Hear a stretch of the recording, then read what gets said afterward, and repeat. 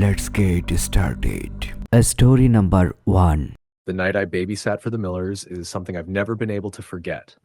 Not because it was typical, but because nothing about it was normal.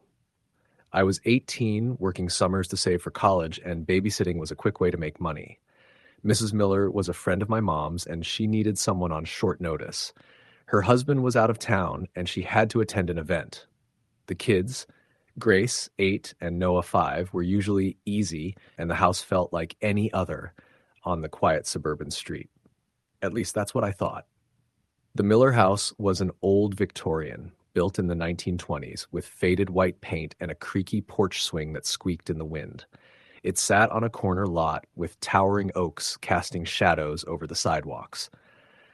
I'd been inside a couple of times before, and while it had the typical noises you'd expect from an older house, the settling of wood, pipes groaning, nothing ever felt creepy. Until that night. Mrs. Miller left just after 6, handing me a list of instructions. Dinner at 6:30, baths at 7, bedtime by 8. No scary stories, she warned, since Grace had been frightened lately. She's been hearing noises, Mrs. Miller said softly. Old houses, you know. I don't want her to get too scared. The kids greeted me with shy smiles. Grace clung to her favorite blanket, her eyes large and watchful. Noah was bouncing excitedly, talking about his new toy car. We ate in the kitchen. I helped the kids with their dinner, chatting to distract Grace from her nervousness. Afterward, I told them it was time to get ready for bed. Grace was reluctant but obedient. Noah was too tired to protest. Their rooms were down the hall from the living room. Grace's door was painted soft pink, decorated with stars and moons, with a small nightlight casting a warm glow. Noah's room was blue, with dinosaur posters plastered on the walls. Once they were both tucked in, I settled in the living room with a book. The house was quiet, except for the usual creaks and groans of an old home. But then I heard it. Faint footsteps upstairs, slow and deliberate. I froze. The kids were asleep, and Mrs. Miller's husband was supposed to be out of town. Who could it be? I called out softly, "Hello? Is someone there?" No answer. I grabbed my phone but found no signal. The old house seemed to swallow all connection. The footsteps stopped. Relieved but unsettled, I returned to the couch. A minute later, I heard a soft knock at the bottom of the stairs. I stood and walked cautiously toward the staircase. The knock came again, 3 sharp taps. I called the kids' names, but the house swallowed my voice. I climbed the stairs slowly, the old wood creaking beneath my feet. At the top, the hallway was dimly lit by the nightlights from the bedrooms. The knocking sounded again, this time from the end of the hall, the guest bedroom. I approached the door, hand trembling. I opened it slowly. The room was empty, but cold. An unnatural chill filled the air. Suddenly, the door slammed shut behind me, and the room plunged into darkness. My heart pounded. I fumbled for my phone, but still no signal. Then I felt a presence, like icy fingers brushing my skin. A whisper drifted in the dark. "Leave." I bolted out of the room, down the stairs and into the living room, my breath ragged. The knocking resumed, now coming from the front door. I ran to check, but no one was there. Suddenly, the lights flickered and went out. The house fell silent except for a distant sobbing.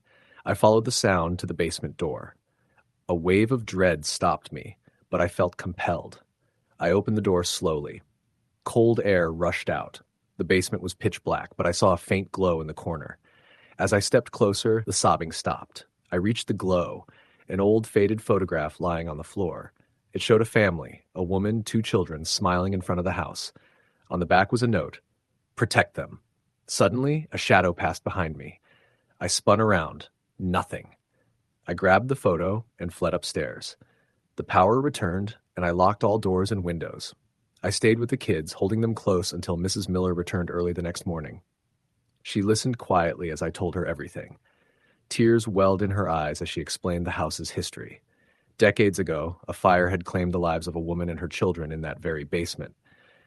Since then, neighbors reported strange noises, lights flickering, and children's laughter in empty rooms. Mrs. Miller decided to move out soon after. I left the house shaken, my mind haunted by that cold whisper and the sense of a presence watching me all night. Even now, years later, the memory lingers, a chilling reminder that some houses carry more than just memories within their walls. Story the end. Story number 2. It was the summer after my junior year of high school when I first agreed to babysit at the old Milligan house. I was 17, just starting to make some money for college applications and weekend movies. Babysitting was an easy gig, a few hours in the evening, watching the kids until their parents got home. Nothing too complicated, at least that's what I thought. The Milligans lived on the edge of our small town in a neighborhood that was quiet during the day but eerily silent at night. Their house was one of the oldest in the area, a large two-story colonial with dark wood paneling inside and creaky floorboards that announced every step you took. The family was friendly enough, but the house always gave me the creeps, and I wasn't alone. Even some of my friends who had been there said it felt off. Mrs. Milligan called me on a Thursday afternoon, her voice a bit rushed. Their usual sitter had canceled at the last minute, and she needed someone for that night. The kids, Maggie and Tommy, were 6 and 4. She told me they'd be home late from a charity event and asked if I could come around 5:30 and stay until about 11. I agreed, figuring it'd be a straightforward evening. When I arrived just after 5:30, the sun was dipping behind the trees. Mrs. Milligan greeted me at the door, smiling politely but tired. She introduced me to Maggie, a quiet girl with large brown eyes, and Tommy, a boy bursting with energy. She handed me a list of instructions. Dinner was at 6, then baths, story time at 7:30, and bedtime by 8. She warned me firmly to keep the kids away from the basement door, which was always locked and hadn't been used in years. "I'm serious," she said, looking me in the eye. "Don't let them anywhere near the basement." I nodded, but I figured it was just an old storage area, maybe unsafe or dusty. After Mrs. Milligan left, the house grew still. The creaks and groans of an old house echoed faintly, but the air was heavy, like the walls themselves were watching. I fed the kids mac and cheese, and they ate quietly while watching cartoons. Then came bath time. Maggie was calm, but Tommy fussed and kept looking toward the basement door at the end of the hallway. "You okay, Tommy?" I asked, drying his hair. He shook his head. "I don't like the dark down there." "It's okay, Tommy. We won't go down there." I tried to keep the mood light, but the unease was creeping up on me. After bedtime stories, I tucked them in and left their door slightly ajar to hear if they woke. The house grew colder, or maybe I was imagining it. I settled in the living room with a book. Then the power flickered once, twice, and the lights dimmed briefly. I sighed and stood up to check the circuit box in the basement. Remembering Mrs. Milligan's warning, I hesitated. The basement door was locked tight, but the fuse box was inside, so I had to open it. As soon as I turned the handle, a cold wave of air spilled out. I froze, the hairs on my arms rising. A faint whisper drifted up the stairs, almost like a child calling. "Help me!" My heart thudded. I wanted to slam the door shut, but curiosity pushed me forward. I descended the stairs slowly, flashlight in hand. The basement was dark and musty, filled with old furniture and boxes. The whispering stopped. I scanned the room, then spotted something on the far wall, a faded chalk drawing of a little girl with hollow eyes scratched into the plaster. My skin prickled. Suddenly, a cold hand gripped my wrist. I yelped, spinning around, but no one was there. Panicked, I scrambled upstairs and locked the basement door behind me. The house fell silent again. But then I heard footsteps, slow, dragging, moving across the floor above me, the kids' bedroom. I ran upstairs, heart pounding. The door was wide open. The beds were empty. "Sarah! Tommy!" I called. No response. Then the whispering returned, louder now, coming from the basement door. "Help me!" I called Mrs. Milligan, but the line was dead. I tried my phone. No signal. Desperate, I tried the front door. It wouldn't budge. The locks were stuck tight. The whispering turned into a scream. Then silence. Hours passed. At dawn, the Milligans returned. They found me huddled in the living room, exhausted and terrified. They told me that years ago, a girl named Abigail, who used to live there, had died in the basement. They believed her spirit still haunted the house, trapped and alone. To this day, I don't babysit anywhere without checking the house's history first. Some things you can't explain. Story the end. Story number 3. The first thing I remember about that night was how normal it felt at the start. I was 17, freshly done with my junior year, and babysitting had become my go-to summer job. I enjoyed the money and the simple routine, watch the kids, keep them entertained, make sure they were safe until the parents came home. This night was supposed to be just another job, another paycheck. But it was anything but. The family was the Whitmans, who lived a few towns over in a place that felt more like a small village than a suburban neighborhood. The house was an old Victorian, with peeling white paint and a wraparound porch, where the wind always seemed to whisper through the wooden rails. I'd never been inside before, only talked to Mrs. Whitman on the phone when she booked me. She was polite but distant, almost distracted, and when she gave me directions, her voice dropped a little when she mentioned the kids, Emma and Jack. "They get scared sometimes," she said. "Just keep the nightlight on and don't let them wander." When I pulled up just after 6 that evening, the sun was already starting to lower behind the trees. The house looked larger in person, imposing and silent, except for the creaks and groans the wind sent through the eaves. I rang the doorbell, and Emma answered, shy but polite.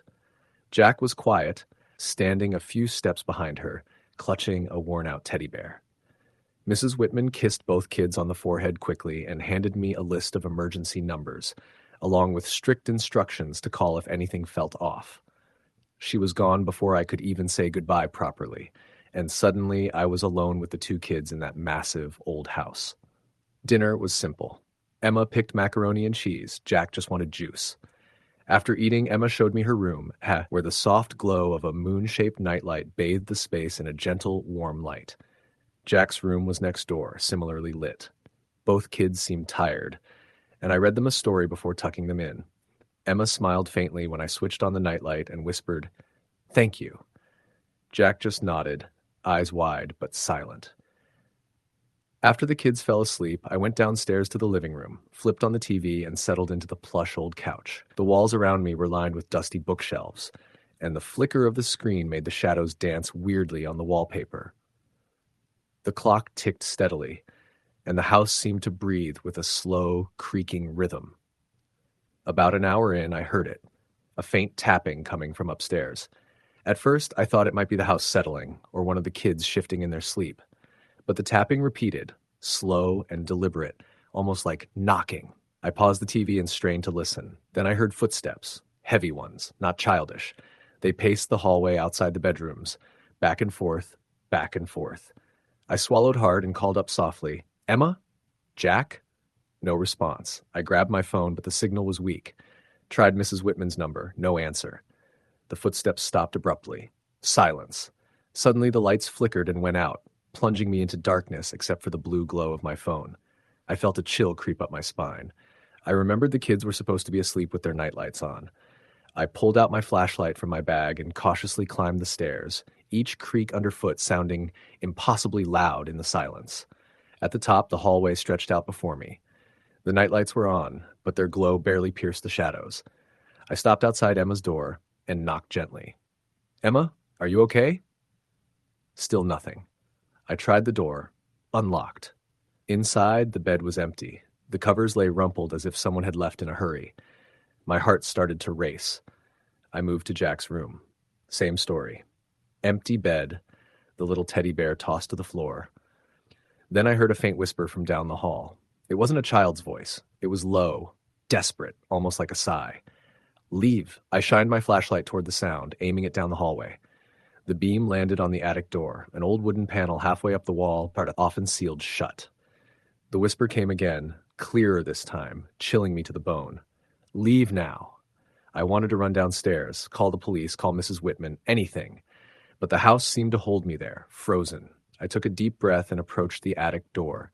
My fingers trembled as I reached for the latch. The door creaked open, revealing a dark, narrow staircase leading up. A cold, damp smell hit me instantly. I stepped inside, flashlight barely cutting through the gloom. Dust floated in the beam like tiny stars. The attic was cluttered with old furniture draped in white sheets, trunks, and boxes stacked high. I moved deeper in, following a faint breeze that stirred the air.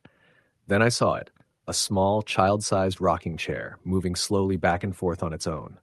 My breath caught. A cold sensation wrapped around me like icy fingers. Behind the chair, scribbled on the wall in what looked like faded charcoal, were words, "Help me." I spun around, and the door slammed shut with a deafening bang. I pounded on it, screaming for help. Suddenly, the flashlight flickered and died. Darkness swallowed me whole. I heard footsteps behind me, slow, deliberate. A voice whispered directly into my ear, "Stay." I bolted to the door, yanking it open. I raced down the stairs, heart pounding so hard I thought it might burst. The front door was locked. I struggled with it, fumbling in the dark. A shadow crossed behind me. I dared a glance. A pale figure of a woman stood at the foot of the stairs, her eyes hollow, lips moving without sound. I yanked the door open and ran into the night. When the police arrived, the Millers were frantic, reporting the children missing. But when they searched, Emma and Jack were found asleep in the basement, huddled together, terrified. They told police about the lady in the attic and the whispers that told them to leave. Mrs. Whitman later confided to me that the house had a dark past. A previous family had lost a child in that attic years ago. Since then, strange noises and disappearances had plagued the home. I never babysat again. Sometimes, when the wind howls outside my window, I swear I hear the whisper. Leave. Story the end. Story number 4. It was the second Saturday of August, a warm evening, and the sky still held that faint orangey-blue haze of late summer light. I was 17 and had been babysitting regularly for a family just a few blocks away from my house. The Turners were a quiet, respectful couple in their early 30s. They had one child, 6-year-old Eli, who was shy and unusually quiet for his age. The Turners' house was large and old, painted a pale yellow with chipping shutters and overgrown hydrangea bushes curling along the porch. Inside, the place always felt dim, even with all the lights on. They kept it immaculate. No clutter, no toys lying around, not even in Eli's room. The only signs of life came from framed photos lining the hallway, most of which were of Eli as a toddler. There was almost nothing recent. The boy himself rarely talked. He just watched, wide-eyed and still. He would listen but hardly ever answer. It was eerie, but his parents said he was just sensitive and preferred solitude. That Saturday evening, Mr. Turner had mentioned they would be out later than usual for a business dinner. They offered extra pay if I stayed until midnight. I agreed. It wasn't unusual. I had stayed that late before. Eli was sitting cross-legged on the living room floor, watching an old cartoon on DVD. He didn't move much, barely blinked. I tried to chat with him, like always, asking about school, if he wanted to play a game, read a book. Nothing. Just a quiet nod or shake of his head. After a while, I gave up and left him to the TV while I made dinner. As I stirred the pot of mac and cheese on the stove, I heard it. A soft whisper, a child's voice, close. It was so sudden I jumped. I turned sharply, but the kitchen was empty. The whisper had come from just behind me. My first thought was that Eli had snuck in quietly. I stepped into the hallway. He was still glued to the TV. Same position, same blank stare. I tried to brush it off. Maybe the TV had made a weird sound. Maybe the house creaked oddly. These old homes always had their quirks. I brought Eli his food, and he ate without a word, chewing slowly and never taking his eyes off the screen. Later, around 9:30, I told him it was time for bed. He didn't argue. I took him up the narrow staircase to his room on the second floor. The hallway up there was narrower and darker, the lights dim no matter how many bulbs were in the ceiling. I'd always felt a little uneasy upstairs. There were 3 rooms: the master bedroom, a small guest room, and Eli's. All the doors were always closed except Eli's. I tucked him in, turned on his nightlight, a small turtle that projected stars across the ceiling, and told him good night. As I turned to leave, he whispered, "Don't let her out." I stopped in my tracks. "Who?" I asked, trying to keep my voice calm. Eli didn't answer. He rolled over, pulling the covers over his head. I went back downstairs, heart pounding. I tried to rationalize what he said. Kids say weird stuff, right? Maybe he was talking about a character from a movie or something from school. I sat on the couch, scrolling through my phone, keeping half an ear out for any noise from upstairs. Around 10:15, I heard footsteps. Soft. Bare feet, padding along the floor above me. I assumed Eli had gotten out of bed. I called up, "Eli, you okay?" No answer. I waited a moment, listening. The footsteps stopped. I got up and climbed the stairs, slowly. The hallway was still. Eli's door was closed. I hadn't shut it. I was sure I'd left it open a crack. I hesitated, then knocked gently. "Eli?" Nothing. I opened the door. He was in bed, exactly where I'd left him. Covers pulled up, the soft glow of the turtle nightlight casting a bluish-green shimmer on the walls. His eyes were closed, and he was breathing softly. Asleep. I closed the door again and stepped into the hallway. The door to the guest room was cracked open. It was always shut. I walked slowly toward it. Every step felt heavier. My gut told me to turn around, go back downstairs, call the Turners, but I didn't. I nudged the door open. The guest room was cold. A small bed, a dresser, a mirror above it. Nothing out of place. But the mirror caught my attention. It faced the doorway, but angled in a way that reflected the hall behind me. As I stood there, I saw it. For just a second, a fraction of a second, I saw a face in the mirror. Pale, hollow-eyed. A woman, standing behind me in the hallway. When I turned around, the hallway was empty. I backed out of the room and shut the door quickly. The rest of the night I stayed on the couch. Every light in the living room turned on.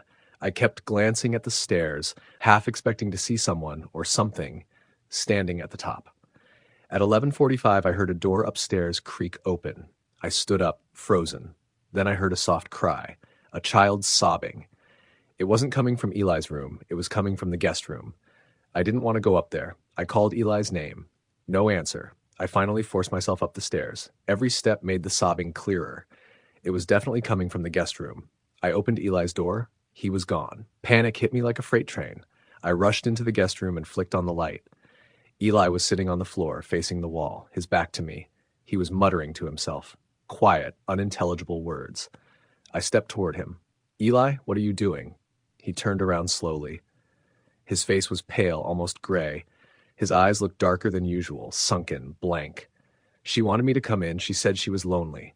My blood went cold. I scooped him up and carried him out of the room, myself not caring if I hurt his arm or startled him. I shut the door behind me and bolted it from the outside. It had a key lock. I'd seen Mr. Turner use it before when he was storing boxes in there.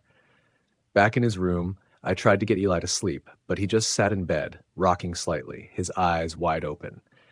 The Turners came home at 12:10. I didn't tell them everything, just that Eli had wandered into the guest room and was talking to himself. Mr. Turner went pale when I said that. He asked if the door was open when I found him. I said yes. He didn't say anything else, just handed me my money and thanked me stiffly. Mrs. Turner looked like she wanted to say something, but didn't. I didn't babysit for them again for several weeks. When they did call, I declined. I couldn't go back in that house. I thought maybe I was overreacting. Maybe I was tired, paranoid. Maybe I imagined the mirror. Maybe I misunderstood what Eli said. Then, about 3 weeks later, I saw a post on a local history page online. It had a picture of the Turner's house, black and white, taken decades ago. The caption read, "Known as the Harper House, this Victorian home was once the site of a tragic incident. In 1948, a woman named Eliza Harper, suffering from severe postpartum depression, was locked in an upstairs room by her husband after repeated suicide attempts. She eventually hanged herself in what is now considered the guest bedroom. Locals say her spirit still roams the halls, especially when children live in the house. Rumor has it she believes she's still a mother and wants her child back." I stared at the picture for a long time, my skin prickling. Everything made sense. The whisper, the footsteps, the face in the mirror. Eli saying, "Don't let her out." He wasn't warning me to keep something away from him. He was warning me not to open that door. Story the end. Story number 5. It was a cold Saturday evening in early November, the kind of night that seemed to set in early and refuse to let go. I had taken a babysitting job through a neighbor who knew the family, a young couple who had just moved into town a few months prior. They had a little boy named Nolan, barely 5 years old, quiet and polite from what I'd heard. The parents were headed to a work dinner, and I was told they'd be back by midnight at the latest. Their house was on the edge of the neighborhood, backed by a strip of thick woods that looked even darker and more forbidding in the dusk. As I pulled up the long gravel driveway, I noticed the porch light flickering faintly. It buzzed like it was fighting to stay alive. That's when I first got a weird feeling in my chest. Something like pressure, like being underwater. I brushed it off. I'd babysat in stranger houses before. Mrs. Eaton opened the door before I could knock. She looked frazzled, makeup half done, keys in one hand, phone in the other. Mr. Eaton came down the stairs, tightening his tie, glancing at his watch. "Thank you so much for coming," Mrs. Eaton said. "We left Nolan's dinner in the fridge. He's been a little restless lately. Nightmares, nothing serious, But he's a good kid. She kept talking as she grabbed her coat. Mr. Eaton gave me a small nod. Don't let him watch anything scary, he said with a laugh that didn't reach his eyes. And if he says anything about the lady in the hallway, just ignore it. He's been saying weird things since we moved here. I paused. The lady in the hallway? He's got an imagination, Mrs. Eaton interrupted. Ignore it, really. We'll be back by midnight. Call if anything feels off. Before I could ask any more questions, they were out the door. I watched their taillights disappear down the long road, swallowed by the trees. When I turned back into the house, I noticed how quiet it was. Nolan was sitting on the living room floor, building something with Legos. His small frame seemed even smaller in the spacious room, dimly lit by a standing lamp. He looked up at me with wide, blue eyes. Hi, he said simply. Hey, buddy, I replied, setting my bag down. You hungry? He shook his head. I already ate. Mommy said I could build my city before bed. I smiled and sat beside him. What are you building? A place where the lady can't come in, he said without looking up. I paused. What lady? He finally looked at me, eyes serious. She stands in the hallway sometimes, at night, but she can't come in my city. I kept my face neutral, trying not to show the chill that ran up my spine. Your parents told me you've been having nightmares. He nodded. But I'm not sleeping when she comes. It was probably just a child's imagination, but something about the way he said it made my skin crawl. I decided not to press further. We played quietly for a while, and then I helped him get ready for bed. He asked me to leave the hallway light on, and I did. After he was tucked in, I settled on the couch with a book, the house oddly still. Outside, wind blew through the trees, branches tapping against the windows like fingers. Around 10:30, I heard what I assumed was Nolan going to the bathroom, light footsteps down the hallway. But after a few minutes, I realized I hadn't heard the bathroom door, no water running, no toilet flush. I got up and walked toward the hallway. The light was still on, and everything seemed normal. I peeked into Nolan's room. He was asleep, his little body curled under the blanket, breathing soft and steady. I stepped back into the hallway and froze. A figure stood at the far end. Not Nolan. A woman. She was pale and tall, wearing what looked like an old nightgown, frayed at the hem. Her hair hung in damp, dark clumps over her face. Her arms dangled at her sides, fingers long and thin, almost boneless. She didn't move, just stood there, head slightly tilted like she was listening to something I couldn't hear. I couldn't breathe. Then the hallway light flickered, buzzed, and went out. Everything was black. I backed into the living room, fumbling for the lamp switch, heart hammering in my chest. When I turned it on, the hallway was empty. I checked every door and window in the house, all locked. Nolan's still asleep. Nothing seemed out of place, but I didn't imagine her. I know I didn't. I sat on the couch, clutching my phone, debating whether to call the Eatons. I didn't want to sound insane. Maybe it was my mind playing tricks. But then at 11:45, Nolan screamed.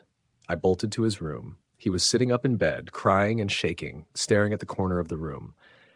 She was in here, he sobbed. She stood right there and didn't move. I looked. Nothing. Just a pile of stuffed animals. I hugged him, heart still racing. It's okay, you're safe. I'm here. He clutched me tightly. She wants to come in the city, but she's not allowed. I didn't know what that meant, but I didn't leave his side again. I let him sleep in the living room with me, bundled in a blanket, the TV on low to distract us.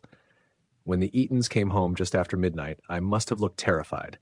Mrs. Eaton saw it right away. You saw her, didn't you? I didn't answer at first. Mr. Shasat Eaton sighed and ran a hand through his hair. We thought she wouldn't bother anyone else, he said quietly. That maybe it was just Nolan, or maybe just us. I stared at them. Who is she? Mrs. Eaton sat down. The house was empty for a long time before we moved in. We didn't know why, but people around here don't talk much. After a few weeks, Nolan started saying a lady was in the hallway. We figured he was adjusting. Then we started hearing things too. She doesn't hurt anyone, had Mr. Eaton added quickly. She just watches. It's always the hallway, same spot, every time. And you still live here? I asked. We tried to leave once, Mrs. Eaton said, voice flat. The night before we moved out, every clock in the house stopped at 3:07 a.m. The movers never showed. Our car battery died. Things just stopped working. We stayed. I wanted to tell them they were insane, that they needed to get out. But I looked at Nolan, his little face pale, dark circles under his eyes. He looked older than 5 in that moment. I left in a daze, walking fast to my car. The porch light flickered again as I stepped off it, casting a brief, stuttering glow across the yard. In that half second of light, I saw her again, standing behind the tree line, watching.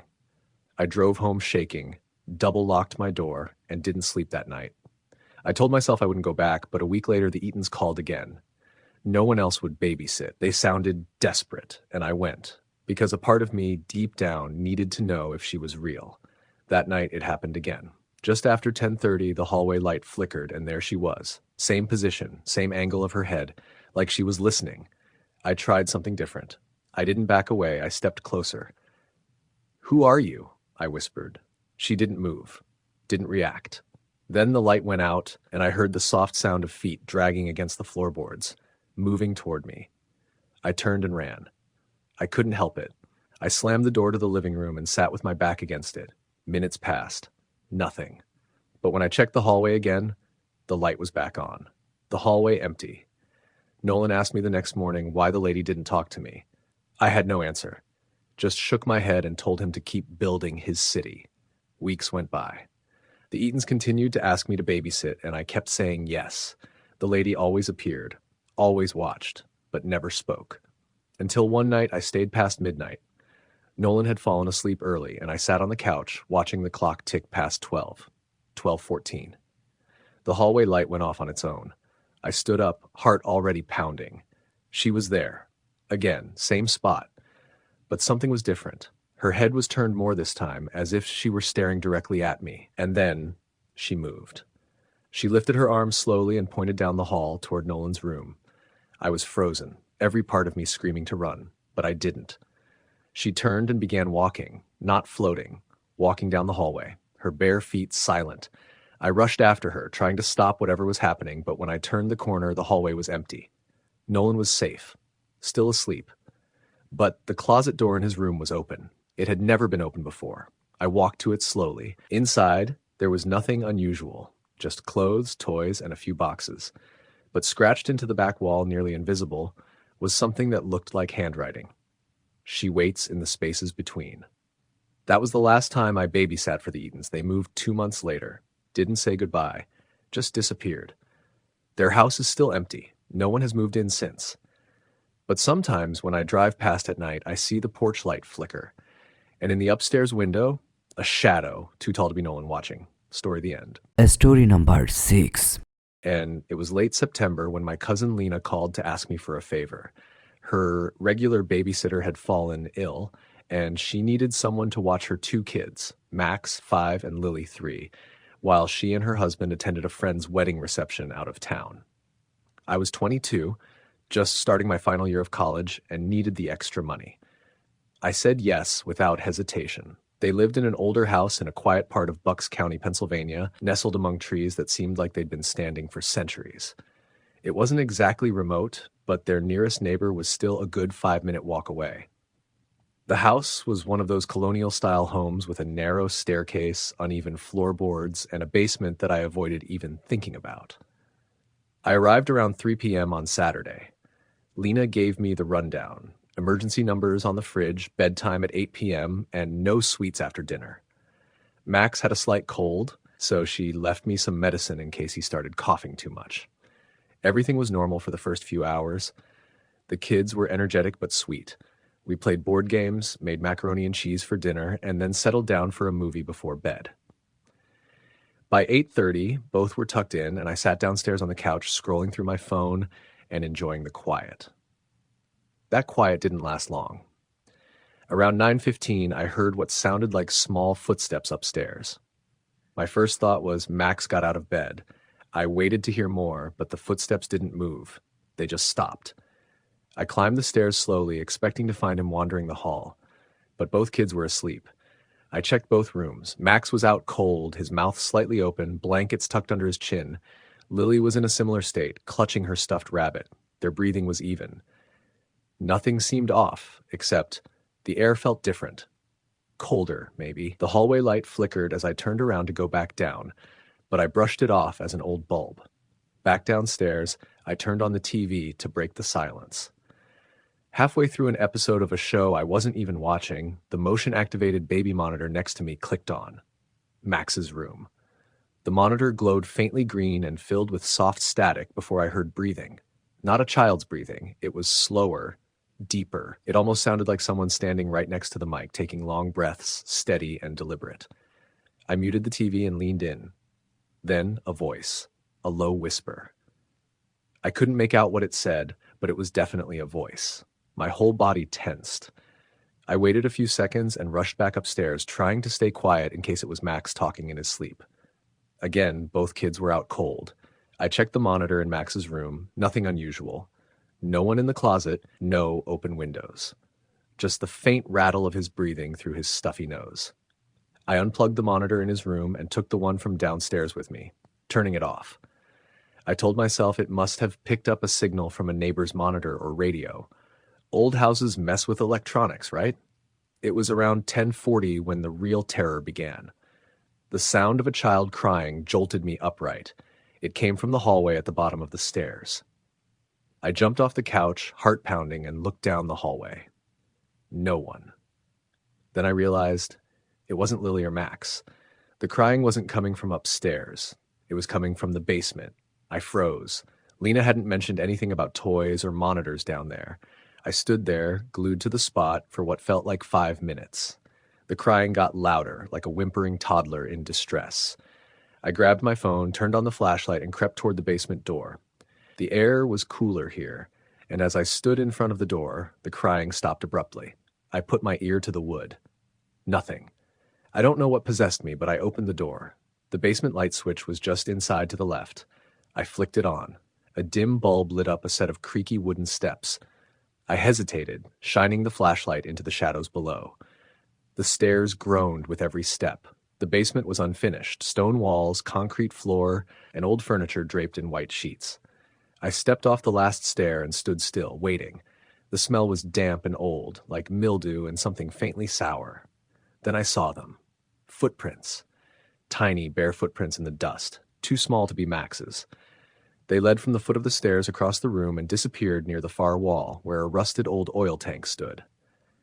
I followed them slowly, my flashlight flickering as I neared the tank. I crouched to look closer and noticed a small wooden door behind the tank. It wasn't part of the wall. It looked built in, like a crawl space or something similar. I didn't dare open it. Just as I backed away, I heard something knock from the other side. One soft knock, then another. And then it pounded once, hard, loud enough that the sound echoed through the basement. I bolted up the stairs, slammed the door, and locked it behind me. I didn't sleep that night. I sat in the hallway upstairs between Max's and Lily's rooms and kept the lights on. I kept the monitor off, the TV off, everything quiet. I told myself I'd imagined it, maybe a trick of the house. Then, just before dawn, I saw something that I still can't explain. I was sitting on the hallway floor, fighting sleep. Around 5 a.m., the door to Lily's room creaked open slowly. I looked up, expecting to see her, but it wasn't Lily. It was a figure, a child-sized silhouette. No face, no clothes, just a dark shape, unmoving. I stood up, heart about to explode. I took one step forward and it slipped back into the room. I ran in after it, flipped on the light. Lily was sound asleep, nothing else there. Closet empty, windows locked. When Lena and her husband returned around 8 a.m., I told her what had happened, but I softened it. I said I heard noises and thought I saw something weird, probably just being spooked in an old house. She laughed a little nervously and told me I wasn't the first babysitter to say that. A girl who watched the kids last summer swore she heard someone whispering in the baby monitor, too. I pressed her gently. Lena hesitated. She told me that when they moved in, they found the basement wall had been repaired.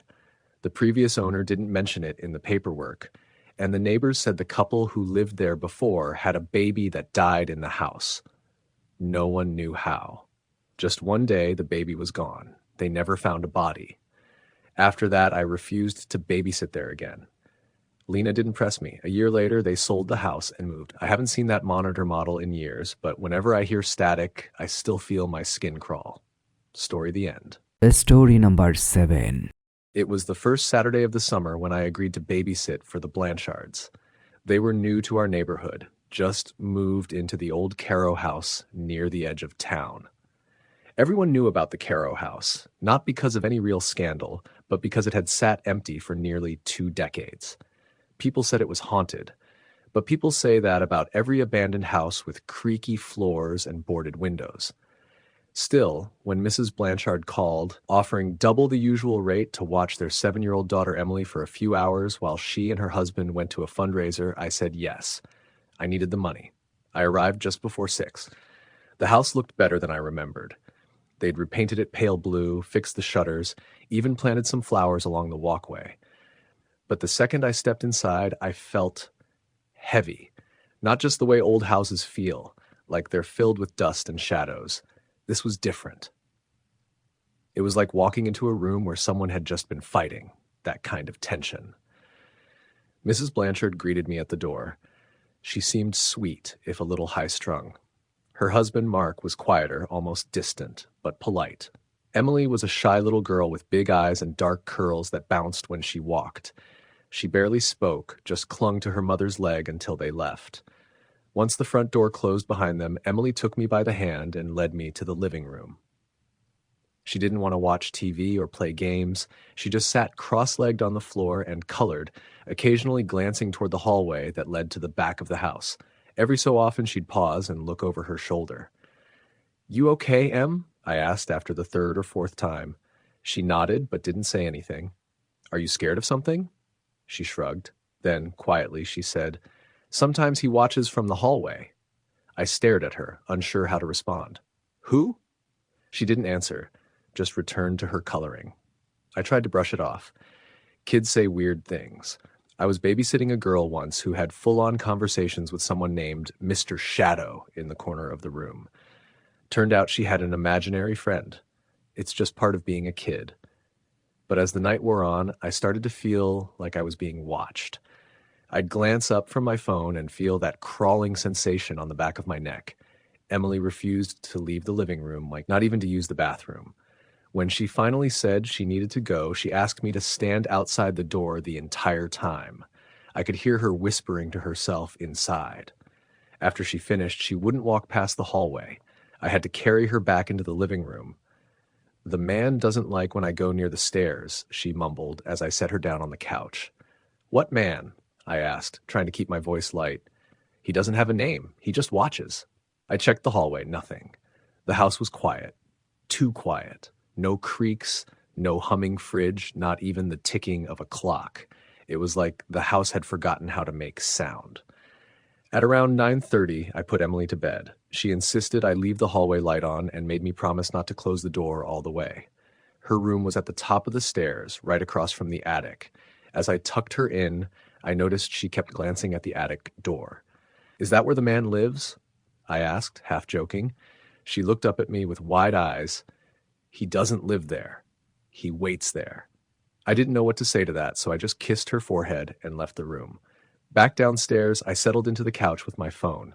Around 10, I heard a soft creak. I looked up, expecting to see Emily, but the hallway was empty. Then I heard it again, closer this time. I stood up and walked slowly toward the stairs. At the top, the attic door was open. I froze. I was sure it had been shut earlier. I took a few cautious steps up the stairs, my heart pounding. "Emily?" I called softly. No answer. I climbed to the top and peeked into her room. She was asleep, her small form curled under the covers, breathing steadily.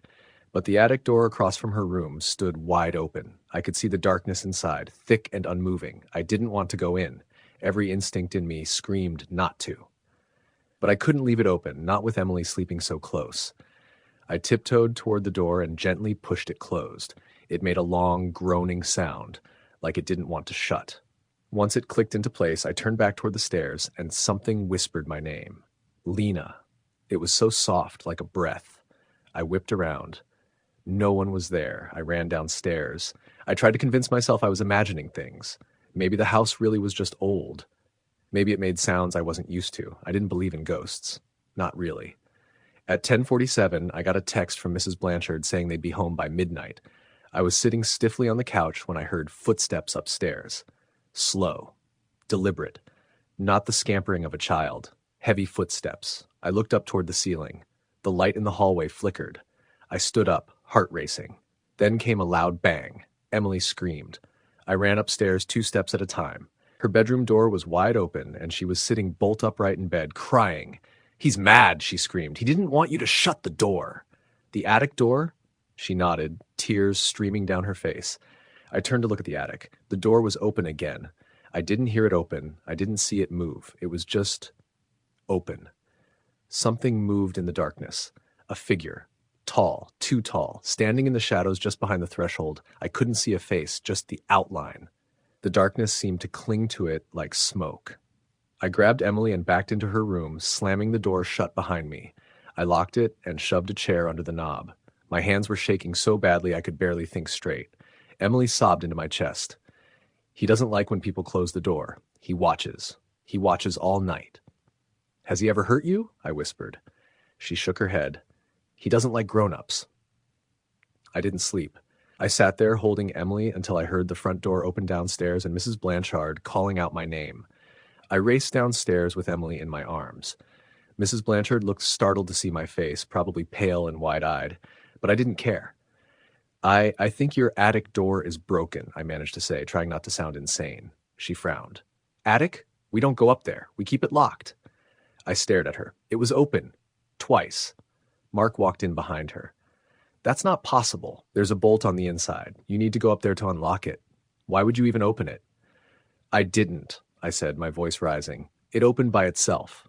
Emily clung to her mom and whispered something in her ear. Mrs. Blanchard's face fell. "What did she say?" I asked. "She says she warned you not to shut it." I stared at them, at the calm way she said it, like it was normal. "You knew about this?" I asked. Mark spoke this time. "It's complicated. We didn't want to scare you off. Nothing ever really happens. We just don't go near the attic, that's all." "You should have told me.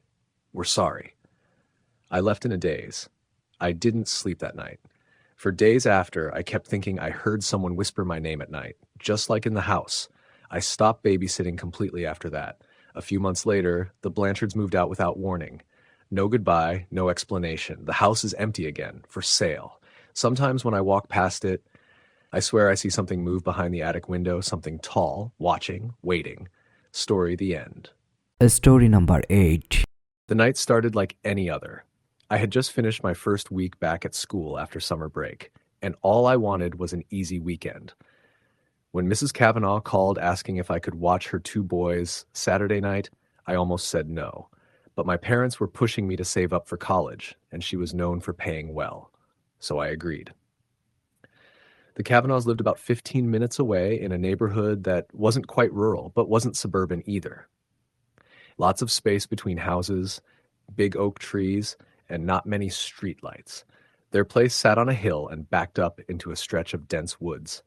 The house was older, maybe from the 1950s or 60s, but it had been remodeled inside. Big kitchen, open living room, and an enclosed porch they used as a playroom. Mrs. Kavanaugh met me at the door in a rush. Her husband was already in the car honking.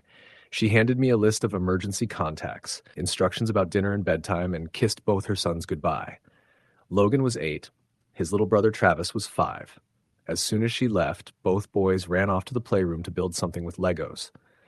It was barely 6:30, still light outside, and everything felt normal. Dinner was easy, mac and cheese and apple slices. The boys argued about whether or not ghosts were real. Travis insisted he'd seen one in the house.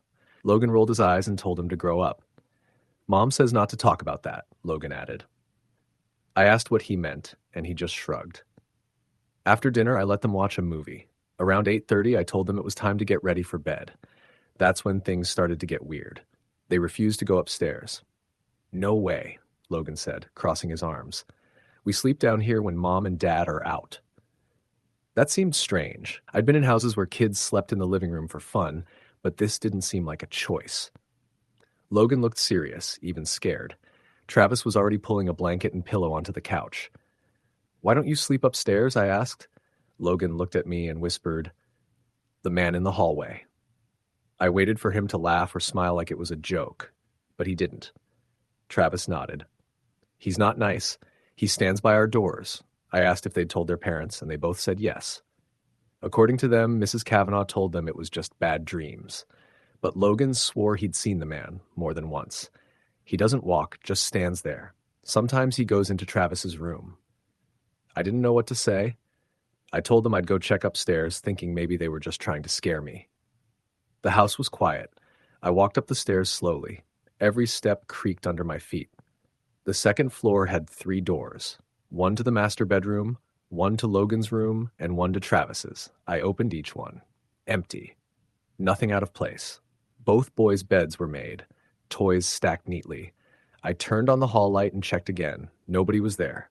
When I came back down, I told them it was fine and they should just sleep in their rooms. Neither of them budged. "You'll see," Logan said. "He comes out later." So I let them sleep on the couch. I wasn't about to drag them upstairs kicking and screaming. By 9:30, both boys were asleep under a pile of blankets. I turned off the TV and sat at the kitchen table, scrolling through my phone. Just after 10, I heard a loud thump upstairs. I froze. It wasn't the usual settling noise that houses make. It sounded like something heavy being dropped. I glanced at the boys. They were still asleep. I grabbed my phone and tiptoed toward the stairs. I paused at the bottom, listening. Another noise, this time softer, like someone dragging their feet. I told myself it was probably the HVAC system or a squirrel in the attic, but something didn't feel right. I crept upstairs again, heart pounding. The hall light was still on. I stepped into Logan's room. Nothing, then into Travis's. Same. But when I stepped back into the hallway, I felt it. Cold air. Not a draft, but a sudden wall of cold that made my skin prickle. The temperature dropped by at least 10 degrees. I could see my breath. Then I heard it. Breathing. Not mine. Slow, heavy breaths. Just behind me.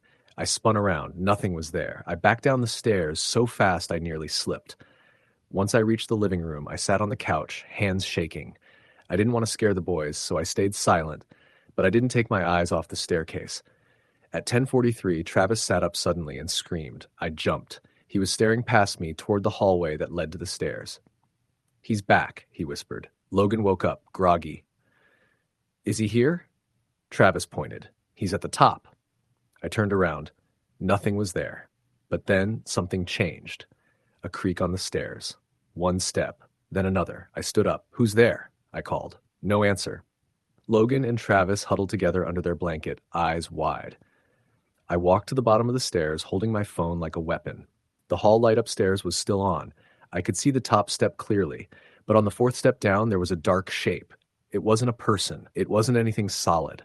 It was a shadow, tall, thin, and wrong. It didn't cast from anything. There was no source, just darkness standing where light should be. I blinked, and it was gone. I grabbed the boys and locked us in the bathroom. It was the only room with a lock. I didn't want to call their parents unless it was serious, but I was reaching that point. Then the light in the bathroom flickered. Travis whimpered. Logan held his hand. We sat there for maybe 15 minutes. Nothing happened. Finally, I opened the door and peeked out. Everything looked normal again. I didn't go back upstairs. I didn't even go near the hallway. Just after midnight, the Kavanaughs returned. Mrs. Kavanaugh took one look at me and asked what happened. I didn't want to get into it in front of the boys, but she could tell I was shaken. Once the boys went to bed, still on the couch, I asked if I could talk to her alone. We sat in the kitchen, and I told her everything. The noises, the shadow, the cold, Travis's screaming. Her expression didn't change. Finally, she said, "It's been happening since we moved in. The boys weren't supposed to talk about it." She poured herself a glass of water and stared at the counter. "It started small," she said. "Footsteps, things moving. Then Logan saw something in the hallway. A man in a black suit, just standing there. It got worse when we remodeled, like we disturbed something. I asked if they ever tried to get help. We had someone come. A priest. He said the presence was residual, not harmful, just lingering. But I don't believe that anymore." She looked at me, her eyes tired. "You can't come back. I'm sorry, it's not safe." I didn't argue. As I left, I looked up at the second floor from outside. There was a figure in the window, tall, thin, watching. I never spoke to the Kavanaughs again. A few months later, I heard they moved out. The house sat empty for almost a year. Then someone else bought it. The new family didn't stay long. They left in the middle of the night 2 weeks after moving in. No explanation. The house is still there, empty, windows boarded, overgrown yard. Sometimes I drive by it on my way home. I never stop. But once, as I slowed near the driveway, I saw a shape in the upstairs window. Watching. Waiting. Story the end. Story number 9. When I was 19, I worked part-time as a babysitter while I was taking community college classes in my hometown. I wasn't looking for anything permanent, just a way to make extra money between classes. Most of the jobs were the same. Tired parents, energetic kids, occasional tantrums, late-night pizzas. Nothing out of the ordinary. But the house on Meadow Ridge Lane was different. It was the only one I ever promised myself never to go back to. It started with a simple ad pinned to a community board at the campus cafe. Evening babysitter needed for one child. Quiet home. Good pay. I didn't think twice. I called the number, and a woman named Karen answered. Her voice was soft, polite, with that practiced calmness you hear in people who are either exhausted or always trying to stay in control.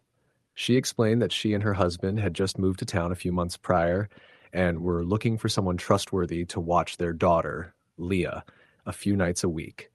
We arranged to meet at their home the next day. The house was older, sitting at the end of a cul-de-sac with cracked stone steps and ivy growing wild over the side. It looked like something from a movie, beautiful but weathered, like time had stopped bothering with it.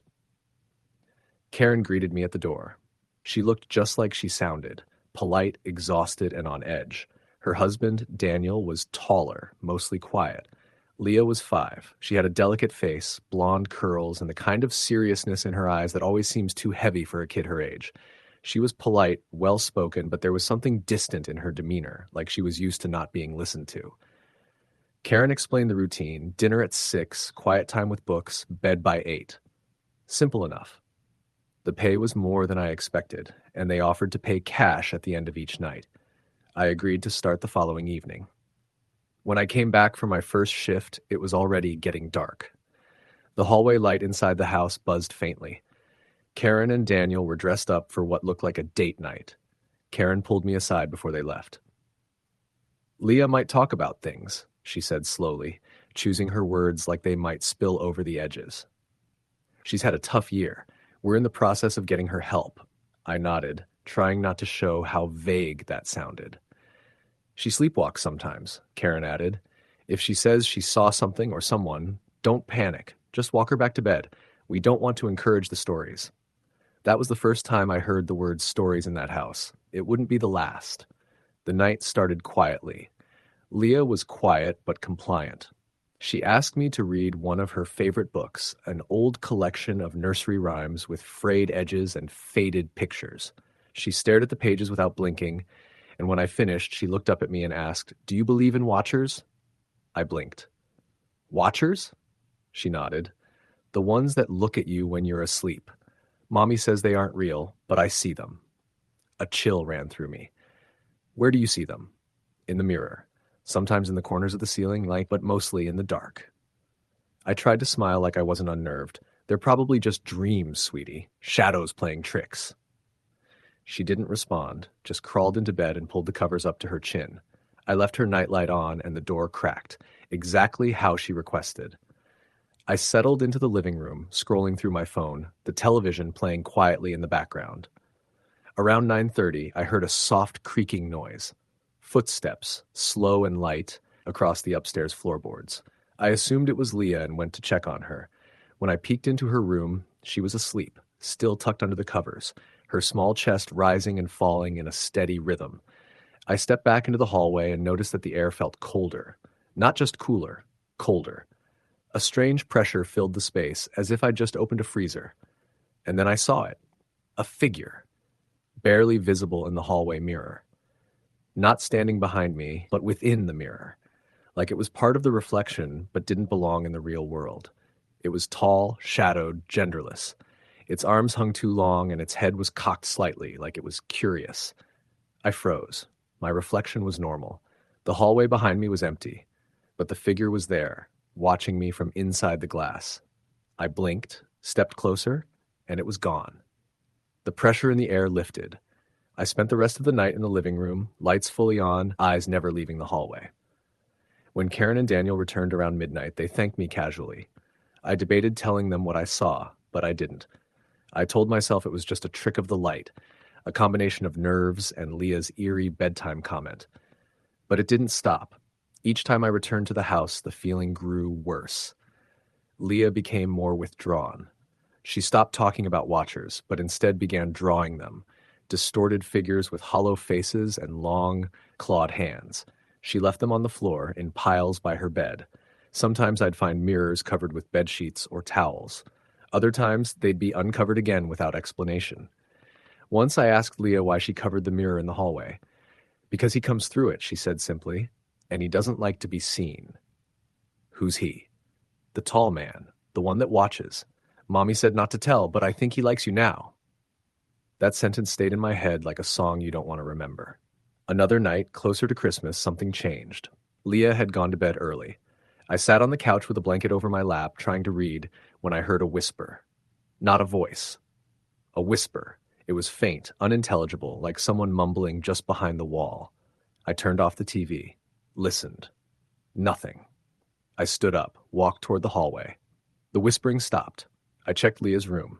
She was asleep, but the mirror across from her door was uncovered, and the surface was fogged. There was no reason for it to be fogged. No one had touched it. There wasn't enough humidity in the house. I stepped closer and saw that something had been written in the fog. Just one word. Mine. I felt my legs go numb. I turned on every light upstairs and sat with Leah the rest of the night until her parents came home. I didn't mention the mirror. I didn't want to sound crazy. But that night when I got home, my bathroom mirror was fogged, and the same word was there.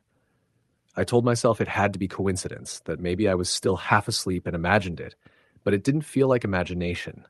It felt like something followed me, like something had taken notice of me the same way it had with Leah. I stopped sleeping well. Every time I closed my eyes, I dreamed of the same hallway, Meadowridge Lane's hallway, and that figure in the mirror, watching. The final night I ever babysat for them was in early February. Karen called last minute, voice trembling, saying they needed to go to an emergency appointment. I hesitated, but agreed. When I arrived, Leah was already in pajamas, sitting on the floor of the living room, just staring. Karen looked panicked. She's not talking, she whispered. She hasn't spoken all day. I nodded, pretending I knew what to do. They left quickly, and I locked the door behind them. Leah didn't move. She just stared at the hallway mirror, which was now shattered, cracks running through the glass like veins. I hadn't noticed until I looked directly at it. Leah? I said softly. What happened to the mirror? She looked at me slowly, then pointed toward the hallway. He's here. I didn't ask who. I already knew. That night, every mirror in the house began to rattle. Not the windows, not the walls. Just the mirrors, like something was behind them, trying to get out. I unplugged the hallway lamp, thinking the darkness might hide whatever was coming. It didn't help. The mirror began to crack further. Then I saw movement, not my reflection. His. He stepped forward, face slowly becoming clearer in the spider-webbed glass. His features weren't human, just the idea of a face, twisted and long. Eyes sunken, skin gray and slick. And then the glass split open with a soft cracking sound, as if pressure from the other side finally gave way. I screamed and pulled Leah into the bathroom, the only room without a mirror. She didn't say a word, just curled against me, her face blank. From behind the door, I heard slow, dragging footsteps, then a whisper through the crack under the door. She's mine. You saw me. You're mine too. I called the police. They arrived 20 minutes later. By the time they got there, everything was silent. No broken glass, no fogged mirrors, just silence. Karen and Daniel returned in a panic. I couldn't explain it to them. I just handed them Leah, shaking, and said I wouldn't be back. They didn't argue. 2 weeks later, the house went up for sale. Rumor was they left town without saying goodbye. Sometimes, late at night, I still hear whispers in my bathroom. Once I caught a glimpse of something behind me that didn't belong. I covered every mirror in my apartment. I haven't uncovered them since. Story the end. Story number 10. It was the fall after I graduated high school, and I was taking a gap year before starting college. I'd been doing a bit of everything, retail jobs, tutoring, and babysitting to earn money. That's how I ended up watching Owen and Molly Hartley every Thursday night for 3 months straight. The Hartleys were a young couple in their early 30s, always polite but slightly distant. They lived in a large, three-story Victorian house on the edge of a quiet New Hampshire town, the kind of place with creaking floors and intricate molding in every room. The house had a certain charm during the day, but after the sun dipped behind the trees and the shadows crept in, it felt different. I never told them this, but from the first time I stepped inside, something felt off. Not obviously so. There were no ominous cold spots or flickering lights. It was more subtle, a sense of being watched, of a presence just out of sight. I assumed it was just my nerves or the house settling. Still, I told myself it was an easy job. The kids were sweet, bedtime was at 8, and I got paid well to sit around for a few hours after that. For most of those 3 months, it was uneventful. I'd feed them dinner, play a game or two, tuck them into bed, and then lounge in the downstairs den until the Hartleys came home around midnight. Sometimes I'd do homework. Other times I'd just scroll through my phone or read. There was no Wi-Fi. Mr. Hartley said they kept the house simple, but the cell service was just good enough. It was the second week of November when things started changing. That night, I arrived just before 6 p.m. It had already gotten dark, and a mist had settled over the property. The Hartleys were rushing out the door in formal wear. Mrs. Hartley paused and put a hand on my arm before she left. "If Molly starts sleepwalking again," she said, "just gently guide her back to bed. Don't try to wake her." "Sleepwalking?" I asked. "That's new." "It started this week," Mr. Hartley cut in. "Probably just a phase. Nothing to worry about." They left before I could ask any more questions. Dinner was uneventful. The kids were tired and a little cranky, so I cut movie night short and got them in bed by 7:45. I stayed in Molly's room a few extra minutes because she seemed anxious. "There's someone in the attic," she whispered as I tucked her in. I smiled and told her there was no one up there, that the house just made noises when the temperature dropped. She shook her head. "He doesn't live here. He visits. He talks to me when you're downstairs." I didn't know what to say to that. I just kissed her forehead and pulled the covers tighter. By 9 p.m., I was on the couch in the den, reading a paperback. It was quiet, but not peaceful. I kept hearing creaks and occasional thumps above me, normal for a house like this, I told myself. But then around 9:40, I heard a soft padding of feet on the floor above. I figured Molly was sleepwalking. I climbed the stairs quietly so I wouldn't startle her. The hallway was dark and her door was ajar. I pushed it open gently and stepped inside. Empty. The bed covers were thrown back and the small shape of her footy pajamas was nowhere in sight. "Owen?" I whispered. Still asleep came a soft voice behind me. I jumped, turning around. Molly was standing in the hallway, staring at me with wide eyes. Her voice was flat, too even. "I thought you were in bed," I said, heart slowing. "I was," she said. "But he asked me to come watch." "Watch what?" She didn't answer, just turned and walked back toward her room. I followed and tucked her back in, trying not to let the unease show.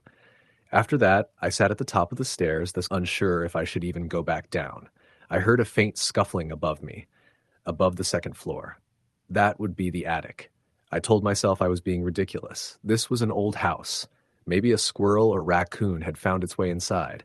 Still, I felt like I had to check. I climbed to the narrow third-floor hallway. At the end of it was the attic door, one of those low doors built into the wall with a metal latch and no handle. I hesitated, pressing my ear to the wood. Nothing. I turned to go back downstairs, but as I reached the second step, the attic door creaked open behind me. I froze. No wind, no vibration. The door just opened. I spun around, my breath caught in my throat. There was nothing inside, just pitch darkness beyond the doorframe. My flashlight was downstairs and I didn't dare step closer. I knelt and gently closed the door again, sliding the latch back into place. That's when I noticed something that made my blood run cold. A handprint, small, child-sized, smudged in dust on the outside of the attic door. I told myself Molly must have touched it earlier, but I'd been the only one upstairs all night. I went back to the second floor, peeked in on the kids again, and then returned to the den. Around 11:15, I heard footsteps again. Heavy this time. Not a child's. I stood up and immediately grabbed my phone. The sound came from the stairs, someone descending slowly, deliberately. I stared at the doorway from the den to the hallway, waiting to see a figure emerge. Nothing. The sound stopped halfway down the stairs. I tiptoed into the hallway and looked up. No one. But as I stood there, staring, I felt a breath on the back of my neck. A definite, warm exhale, close enough that I could feel the moisture on my skin. I spun around. Nothing. Then I heard Molly scream. I bolted up the stairs and flung open her door. She was sitting upright in bed, clutching her rabbit, sobbing uncontrollably. Owen was standing at the foot of her bed, silent and pale. "He was here," she cried. "He came out of the door." "What door, honey?" I asked, kneeling next to her. "The one in the attic. He walked down and whispered to me." I turned to Owen. "What did you see?" He looked at me with that same wide, vacant stare. "He told us not to tell." I called the Hartleys. I wasn't sure what I'd say, but I needed them to come home. Mrs. Hartley answered. I told her something was wrong, that Molly had seen someone, and that I didn't feel safe in the house.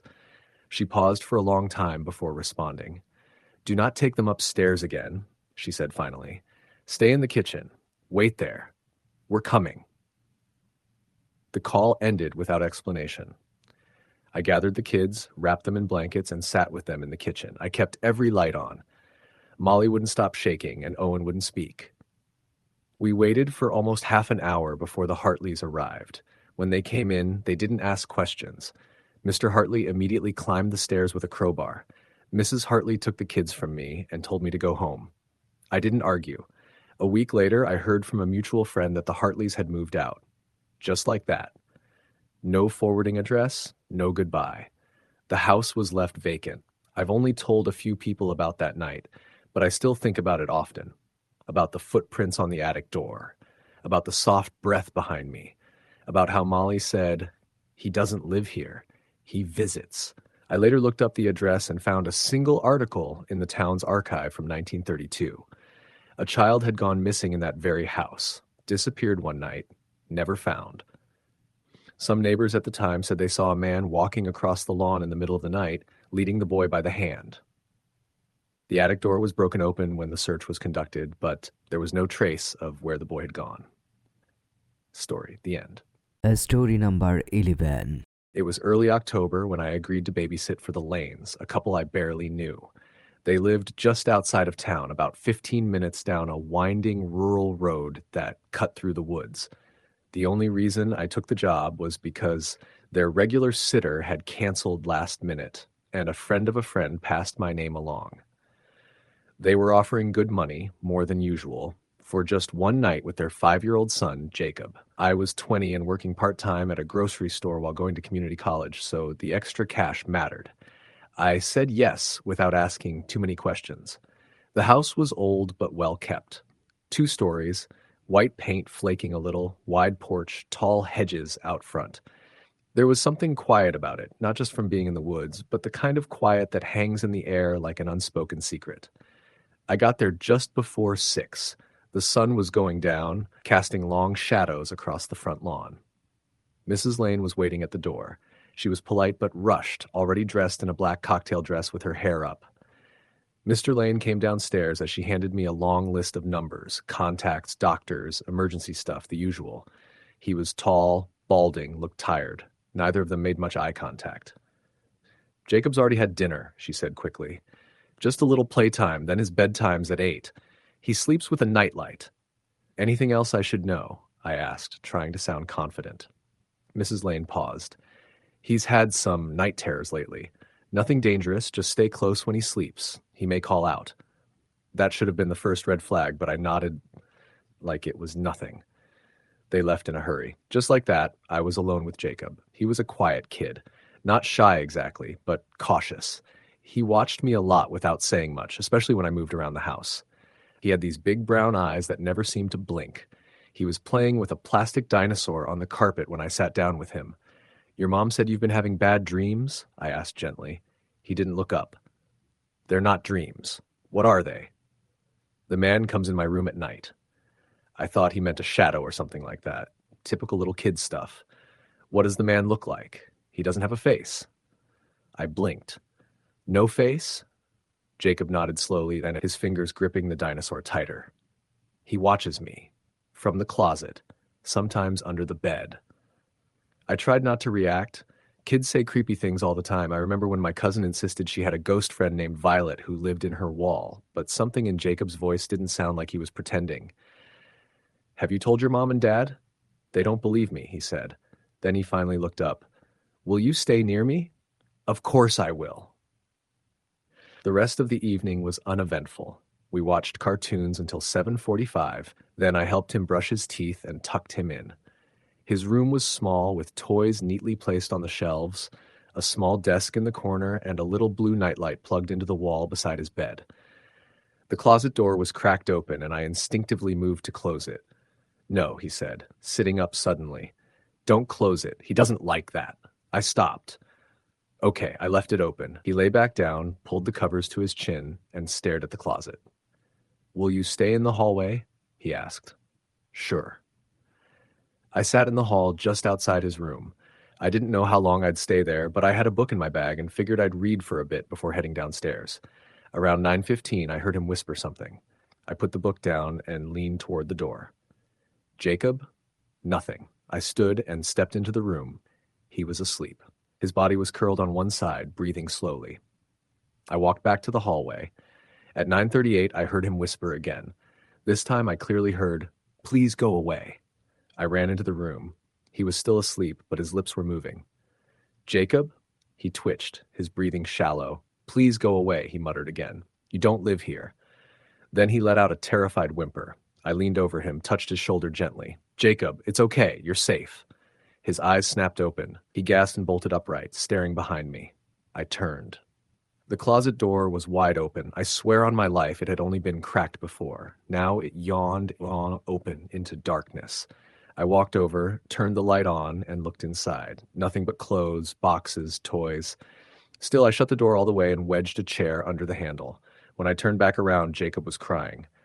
"I told you," he whispered. "He doesn't like that." I let him sleep downstairs on the couch with me after that. He wouldn't go back up, and honestly, I didn't want to either. Around 11:30, while I was texting my boyfriend and trying to stay awake, Jacob sat up suddenly. "He's mad now." "Who?" I asked. He just pointed toward the staircase. I heard a sound then. A dragging sound, like something being pulled slowly across the floor upstairs. Then a loud thump, then silence. Jacob curled into a ball, and I held him close. I called the Lanes. No answer. I left a voicemail and decided to wait it out. The last thing I needed was to panic the kid even more. But at midnight, all the lights in the house flickered off. Every single one. It was so sudden, I let out a yelp. My phone lit up the room just enough to see Jacob's terrified face. "It's him," he whispered. I grabbed my phone, turned on the flashlight, and checked the breakers in the basement. Nothing had tripped. I flipped them all just in case. Nothing changed. When I came back upstairs, the light in the hallway, only the hallway, was back on. Jacob was frozen on the couch, staring at the top of the stairs. "The closet door is open again," he said softly. "I should have called someone. The police." My parents. I didn't. I don't know why. I told myself it was an old house, that maybe the wiring was messed up. I just needed to hold it together until the Lanes got back. But then I heard the footsteps. Slow. Heavy. Coming down the stairs. No one else was supposed to be here. I turned to look. The stairs were empty, but the sound kept coming. One step, then another, like boots on old wood. Then a shape appeared. Not visible exactly, more like the way heat distorts air. Tall. Unnaturally tall. Moving down the stairs, slow and deliberate. I couldn't breathe. I held Jacob tighter. He whimpered. "He's not supposed to leave my room." I backed away with him toward the front door, fumbling with the lock. My hands were shaking too much. The shape reached the bottom of the stairs. Still not solid, still not real, but definitely there. The air got cold. Freezing. I yanked the door open and bolted outside, barefoot, still holding Jacob. I didn't stop running until I reached the mailbox near the road. I called 911. I didn't know what to say, just that someone was in the house. By the time the police arrived, nothing was there. No open closet, no broken lights. Everything was just as it should be. The Lanes returned about 20 minutes later. I told them what happened. They didn't look surprised. Mrs. Lane knelt down beside Jacob and held his face in her hands. "It's okay," she whispered. "We'll figure this out." Then she looked at me. He started seeing him a few months after we moved in. Always in the closet. We thought it was stress, nightmares. But things started happening. "Why didn't you tell me?" "Would you have come?" She had a point. I quit babysitting after that. Not just for them, for anyone. For weeks, I felt like something was watching me. I'd wake up and swear someone was in my closet. Once, I found the door open, even though I always keep it shut. I don't know what Jacob saw, but I know what I did. And I'll never forget the feeling that whatever it wasn't part of this world. It didn't just haunt the house, it haunted him, and maybe now me too. Story the end. Story number 12. I was 16 when I started babysitting regularly for families in my neighborhood. Most were just trying to get a night out for dinner or needed someone to keep their kids occupied during errands. It was never anything I couldn't handle. The extra money helped a lot too, since my parents were tight on bills and couldn't give me spending cash. So I said yes to nearly every offer. One Saturday in late October, a woman named Karen Thompson called my house asking if I could watch her daughter, Lacey, that evening. I didn't know the Thompsons well. They lived on the far edge of the neighborhood in a cul-de-sac, in a house tucked behind 2 rows of pine trees. I'd seen them at block parties once or twice. Karen was a quiet woman, probably in her late 30s, and I'd never seen her husband. I assumed he traveled for work or had odd hours. She sounded nervous on the phone, almost hesitant. It'll just be for a few hours. Lacey's really quiet. She'll be in bed by 8. I agreed and wrote down the address. She gave me the usual instructions, then added, "One more thing. Please don't let her go into the basement, and if she talks about the girl with the red hands, just ignore it. It's just a phase." That last part made me pause. The girl with the red hands? Karen let out a short, uncomfortable laugh. Just something she made up. You know how kids can be. At 5 p.m., I walked up their driveway and rang the doorbell. Karen answered, hair pulled back, keys already in her hand. She looked tired, like she hadn't slept in days. Lacey peeked from behind her mother. She was about 7, with dark brown hair and a pale, serious face. She didn't smile. Karen showed me around quickly. The house was clean but felt cold in a strange way. Not physically, it was well heated, but emotionally, like the walls had absorbed tension. There were very few family photos, and most of the windows had heavy curtains that were drawn shut. The kitchen's fully stocked. Help yourself. Lacey's already had dinner. She can watch a bit of TV before bed. She sleeps in the room at the end of the hall upstairs. I should be back by 10, 11 at the latest. Then she left in a rush, leaving me alone with Lacey, who stood silently by the stairs. "Hey," I said, trying to sound cheerful. "Want to watch a movie?" She shook her head. "I'm not supposed to sit on the couch after dark." "Why not?" "She comes up from the basement after dark. She sits where I sit, and she doesn't like to share." I laughed a little nervously. "You mean the girl with the red hands?" Lacey didn't laugh. "She doesn't like when people talk about her either." That set a strange tone for the night. I tried to coax Lacey into watching cartoons but she insisted on staying at the kitchen table, coloring quietly, constantly glancing over her shoulder toward the basement door, which had a sliding bolt on the outside. That struck me as odd. By 7:30, I told her it was time to get ready for bed. She obeyed without fuss, brushing her teeth and changing into pajamas silently like she'd done it 1,000 times alone. As I tucked her in, she whispered, "She's going to come out tonight. She told me." I sat on the edge of her bed. "Who told you?" "The girl with the red hands. She said she misses playing, but Mommy says she's not real." "Then she's not," I said gently. Lacey stared at the ceiling. "I think Mommy's lying." I turned off the light and closed the door behind me. The hallway was dim. A small nightlight glowed faintly near the top of the stairs. I walked back down, trying to shake the uneasiness creeping up my spine. By 8:15, I was sitting at the kitchen table scrolling through my phone when I heard a soft knock.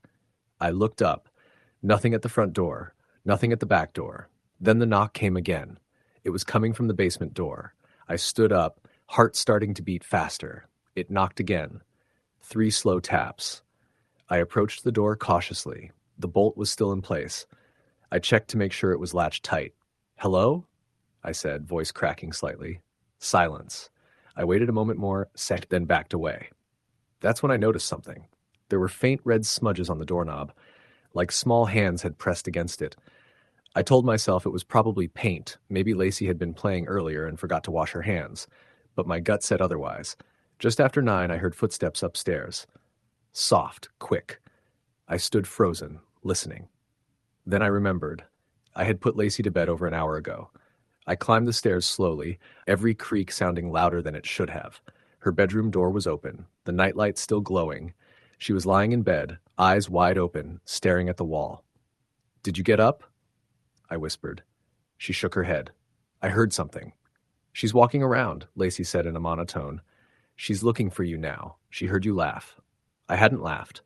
I didn't correct her. "Do you want me to stay in here until you fall asleep?" I asked. "No," she whispered, and her lip trembled. "If you stay, she'll watch us both." I backed out of the room, closed the door halfway, and went back downstairs. I called my mom. "Everything okay?" she asked. "Yeah," I lied. "Just checking in." I didn't want to sound crazy. I didn't want to explain the knocking or the red smudges or the way Lacey spoke like she wasn't making anything up. At 9:40, the power flickered. The lights dimmed, then went out entirely. Silence. Total silence. Even the ticking of the wall clock stopped. Then I heard it. The basement bolt sliding. I shot up and ran to the door. The bolt was halfway open. I slammed it shut and relocked it. My hands were shaking. That's when I saw the message, scrawled in red, smeared across the tile floor near the door. "Lock me in again." The writing was child-sized. The streaks trailed like dripping fingers. I ran to check on Lacey. She was sitting up in bed, staring at the hallway. "She's coming up now," she said. "She's mad." "Who is she?" I asked, my voice trembling. Lacey looked at me, then looked past me toward the door. "The girl that used to live in the basement. She told me a secret." "What secret?" "She said Mommy made her stay down there forever. She screamed and screamed, but no one came." I heard something creak behind me, soft breathing. I turned. Nothing. Then, for a split second, the hallway grew darker. Not like a light went out, but like something passed through. I grabbed Lacey's hand. "We're going outside, now." She followed me without a word. As we moved down the stairs, I felt the air grow heavy and still. The house seemed to hum like something under the floor was vibrating. The front door didn't open. I yanked and pulled, but it stayed shut like it had been nailed from the outside. Then the thermostat beeped and the air kicked back on. The lights flickered. The house whirred back to life like nothing had happened. I turned. The basement door was wide open, and standing at the threshold was a girl. She was about Lacey's age, but taller, thinner. Her skin was grayish, and her long, tangled hair hung wet and stringy. Her eyes were too big for her face, and her mouth was slightly open, lips cracked. Her hands were dripping. Red. Red like rust and something far worse. She didn't speak. She just looked at me, then at Lacey. Then she smiled. I pulled Lacey behind me. "Stay back," I said, though my voice barely came out. The girl raised her hands slowly, her red palms open like she was offering something. Then she vanished. Just disappeared. No sound, no flash, gone. I grabbed Lacey and rushed to the front door again. This time, it opened easily. Karen pulled into the driveway at that moment, her headlights sweeping over us. She ran to us, panic on her face. "What happened?" I didn't even know what to say. Lacey turned to her mother. "She came back. I told her not to, but she missed me." Karen's face went pale. "I told you not to talk about her," she said, her voice shaking. "She was crying," Lacey whispered. "She said you left her down there too long." Karen looked at me with tears in her eyes. "You should go." I left without another word. Later that week, I looked up the address online. 30 years ago, the house had belonged to another family. They had a daughter, Emily, who vanished without a trace. No signs of abduction, no break-in, just gone. The mother was suspected but never charged. She moved away years later. Karen Thompson bought the house 7 years ago. The basement had once been sealed off for renovation, but records showed no permits filed, no construction crews, just silence. I never went back. Sometimes I still see Lacey at the grocery store with her mother. She never smiles. She looks tired, older than she should. Once, she looked right at me and mouthed something I'll never forget. She's still there. Story the end. Story number 13. When I was in college, I used to babysit to make extra money. It wasn't something I had any real passion for. I wasn't one of those girls who dreamed about kids.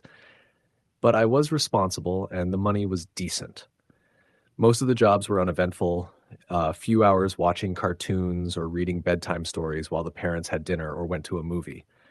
But there was one job that stayed with me, not because it was difficult or the house was weird. It stayed with me because something happened that I can't explain, and I've spent years trying. It was late October when Mrs. Whitmore called.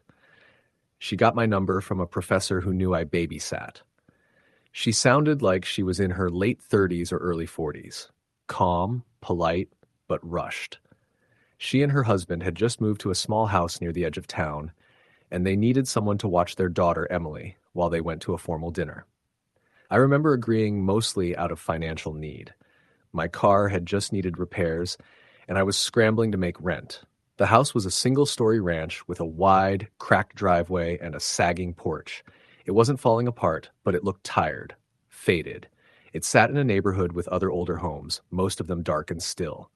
A big oak tree stood in the front yard, its leaves brittle and yellow. Mrs. Whitmore greeted me at the door. She wore a black dress and held a small clutch.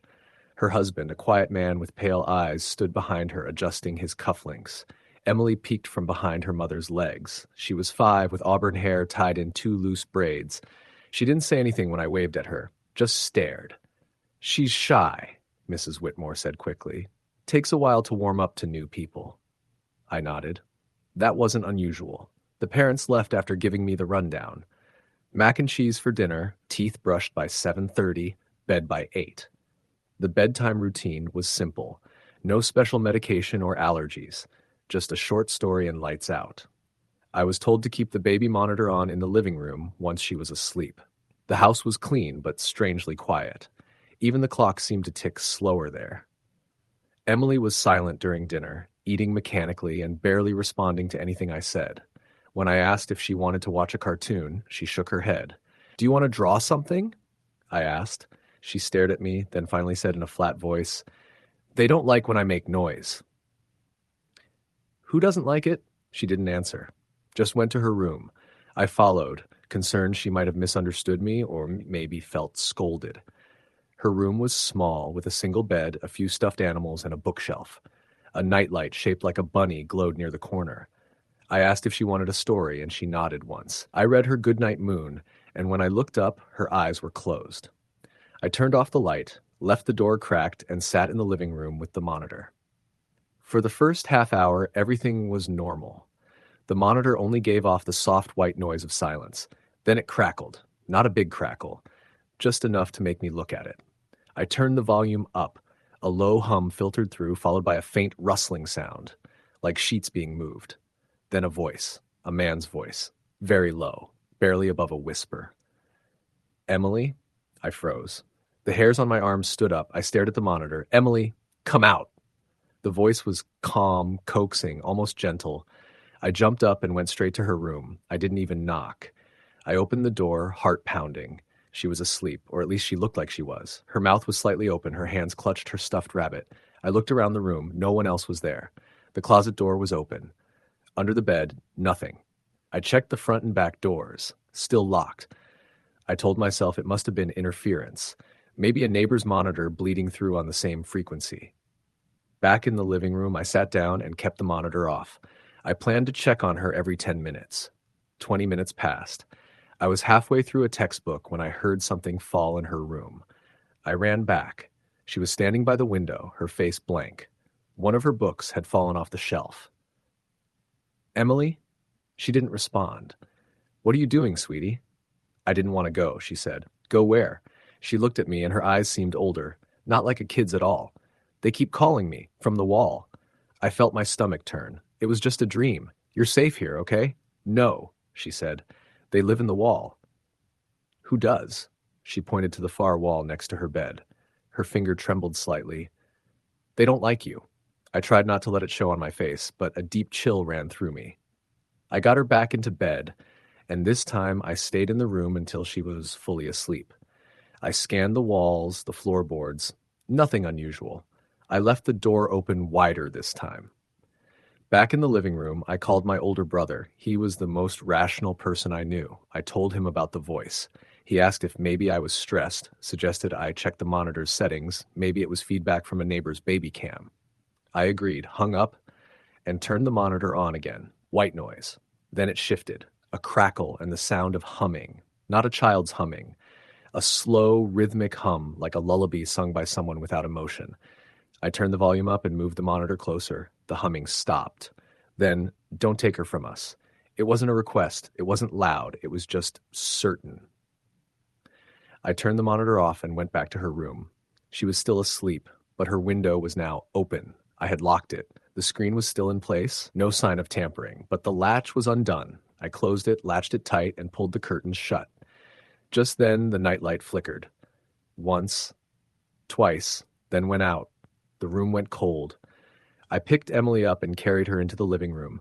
I sat on the couch with her in my lap. She didn't wake up. Her body was tense, like she was holding on to something in a dream. I heard a creak from the hallway. I turned. The hallway light was off. I hadn't turned it off. I stood up slowly, holding Emily. I reached for my phone to call Mrs. Whitmore, but my screen wouldn't light up. The phone was dead. I had just charged it that afternoon. I whispered, "Hello?" Silence. I walked slowly to the hallway. A faint scratching sound came from behind the wall, right where Emily had pointed earlier. Then a thud. A soft voice behind me said, "She's not yours." I spun around. No one. But I felt something pass by me. Cold, airless, like being underwater. I ran back to the couch, grabbed the house phone from the kitchen, and tried to dial 911. The line was dead. Emily stirred in my arms, her eyes fluttered open. "They're angry," she said. "You're not supposed to be here." "I'm going to get you out of this house," I whispered. "They don't let people leave," she said. Then she screamed. Her body arched back, and she screamed like someone had lit her on fire. I held her tightly, trying to calm her, but the scream didn't stop. It didn't sound like a child. It was deep, guttural, broken, and then, just like that, she went limp. Still breathing, but limp. The hallway lights turned back on. The front door was now open. I ran. I didn't think. I just grabbed my bag, my keys, and carried her into the night. I drove her to the hospital, not even knowing what I'd say. When they examined her, the doctor told me she was fine. No physical injuries, no fever, but they said something strange. She had scars on her back, small circular ones like old burn marks, dozens of them. Mrs. Whitmore arrived 2 hours later. She didn't ask what happened. She didn't look surprised. She just took Emily in her arms and whispered something in her ear. I tried to explain what I'd heard, what I'd seen, but Mrs. Whitmore cut me off. "We shouldn't have brought her here," she said. "They were already here when we moved in, but they like her." "Who's they?" I asked. She looked at me, her eyes hollow. "I don't know, but we made a mistake, and now we can't leave." I never went back to the house. 2 weeks later, I drove by. It was empty. The grass had overgrown, a for sale sign was out front, but no one had touched it in days. I called the number on the sign. Disconnected. I tried searching public records. Nothing about the Whitmores. It was like they had never existed. Sometimes I dream about that house, the hallway, the voice, and Emily standing in the window, her face blank, whispering, "They don't like you." Story the end. Story number 14. The night I babysat for the Andersons was like any other at first, but it turned into one of the most unsettling experiences of my life, something I still replay in my mind to this day, and something I never talk about unless I'm certain no one will think I'm crazy. I was 19 and had been babysitting for a few years by then. The Anderson family lived just a few blocks from my house in a modest 2-story suburban home. Their 2 kids, Mia, 8, and Lucas, 5, were usually sweet and well-behaved. I'd babysat for them twice before, with no issues. That evening, Mrs. Anderson called me around 5 p.m., her voice a little rushed. Her husband was working late, and she had an unexpected meeting downtown. She needed me from 6 p.m. until around midnight. "Just keep an eye on the kids, and if anything feels off, don't hesitate to call me," she said, sounding almost nervous. I arrived at the Andersons' house just before 6. The sun was setting, casting long shadows across the quiet street. Inside, the house felt cozy and familiar. The faint smell of cinnamon from the kitchen, the soft hum of the TV in the living room, and the sound of the kids playing with blocks on the floor. Mia greeted me with a tired smile, but seemed distracted. Lucas was running around energetically, laughing and yelling as he zoomed toy cars across the hardwood floor. Mrs. Anderson gave me a quick rundown of the evening schedule. Dinner at 6:30, bath time at 7:15, bedtime at 8. She told me Mia had been having trouble sleeping recently and was scared of the dark, so was to leave a nightlight on in her room. When she left, I settled in with the kids for dinner, chatting to keep things light. Mia was quiet, but smiled occasionally. Lucas was his usual lively self. After dinner, I helped them get ready for bed. Mia wanted to tell me about a story she'd heard at school, something about a ghost that haunted old houses, but she stopped herself halfway through, eyes wide with fear. I don't like thinking about ghosts, she whispered. I smiled and said, Don't worry, there's nothing like that here.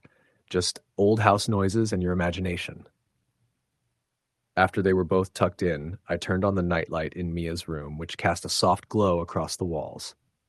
The house was quiet except for the occasional creak of settling wood and the faint hum of the street outside. I sat on the couch in the living room, scrolling through my phone. Around 9 p.m., the power flickered. I glanced up, the lights dimmed and then came back on. I thought it was just a temporary glitch. But then I heard it, a soft tapping sound, like fingernails lightly drumming on wood. It came from the hallway outside Mia's room. I froze. The kids were asleep, so I whispered, Is someone there? No answer. I stood up and walked toward Mia's door. The tapping stopped. I looked down the hallway, empty. Shrugging it off, I returned to the living room. Minutes later, the tapping started again, this time louder, more insistent. I grabbed my phone and tried to call Mrs. Anderson, but had no signal. The tapping turned to scratching, as if something was trying to claw its way through the walls. My heart raced. I went to Mia's door and knocked gently. Hey, it's me. Are you okay? No answer. I opened the door slowly.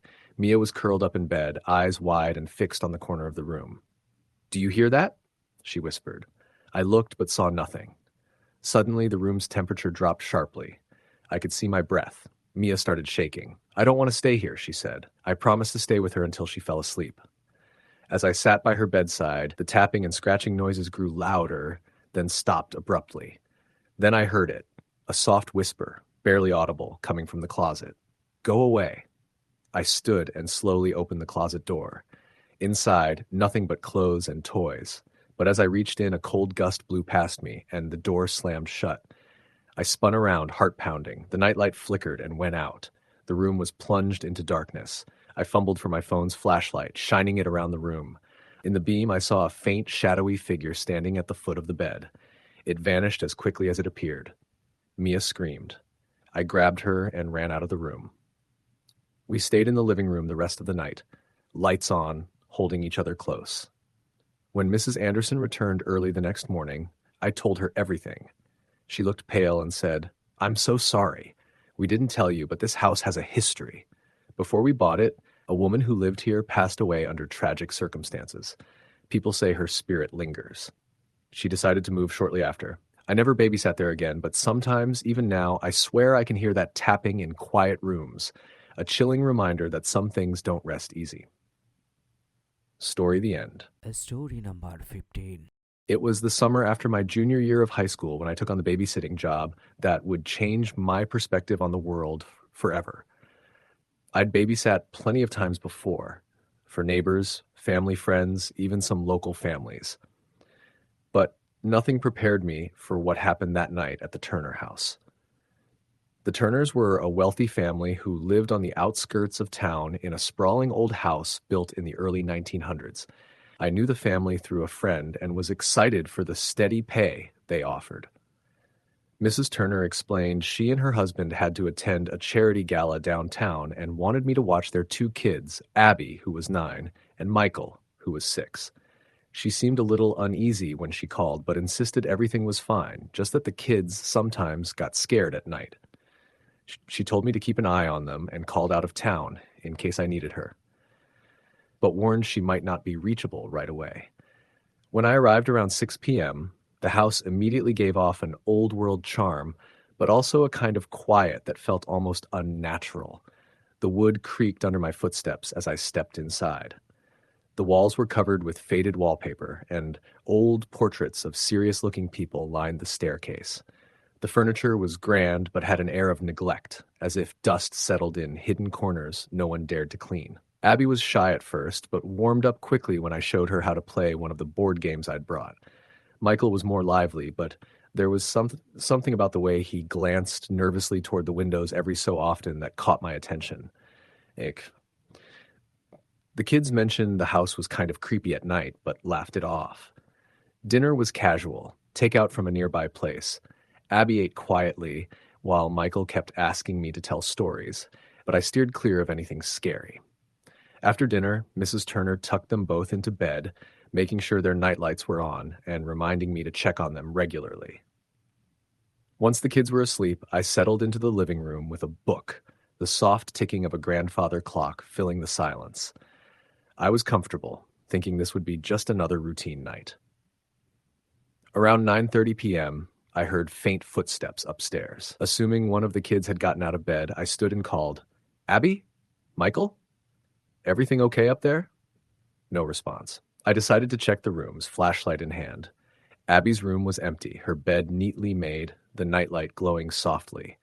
Michael's room was the same, though his little toy car was lying on the floor. I figured he must be downstairs. I returned to the living room, but the footsteps continued. Slow, deliberate pacing back and forth across the floorboards above me. It wasn't the kids. It sounded too heavy. Unease crept in. I tried calling Mrs. Turner's number, but only silence.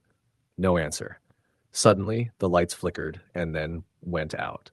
My phone's flashlight was weak, barely illuminating the edges of the room.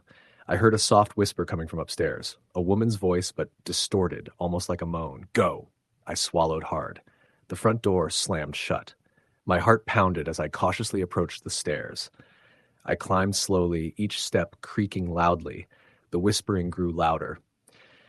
At the top of the stairs, the hallway stretched out in darkness, save for the dim glow of the nightlights in the kids' rooms. I heard the whisper again, this time more urgent. "Leave. Now." I tried to steady my breath and called, "Is someone here? I'm just babysitting." No answer.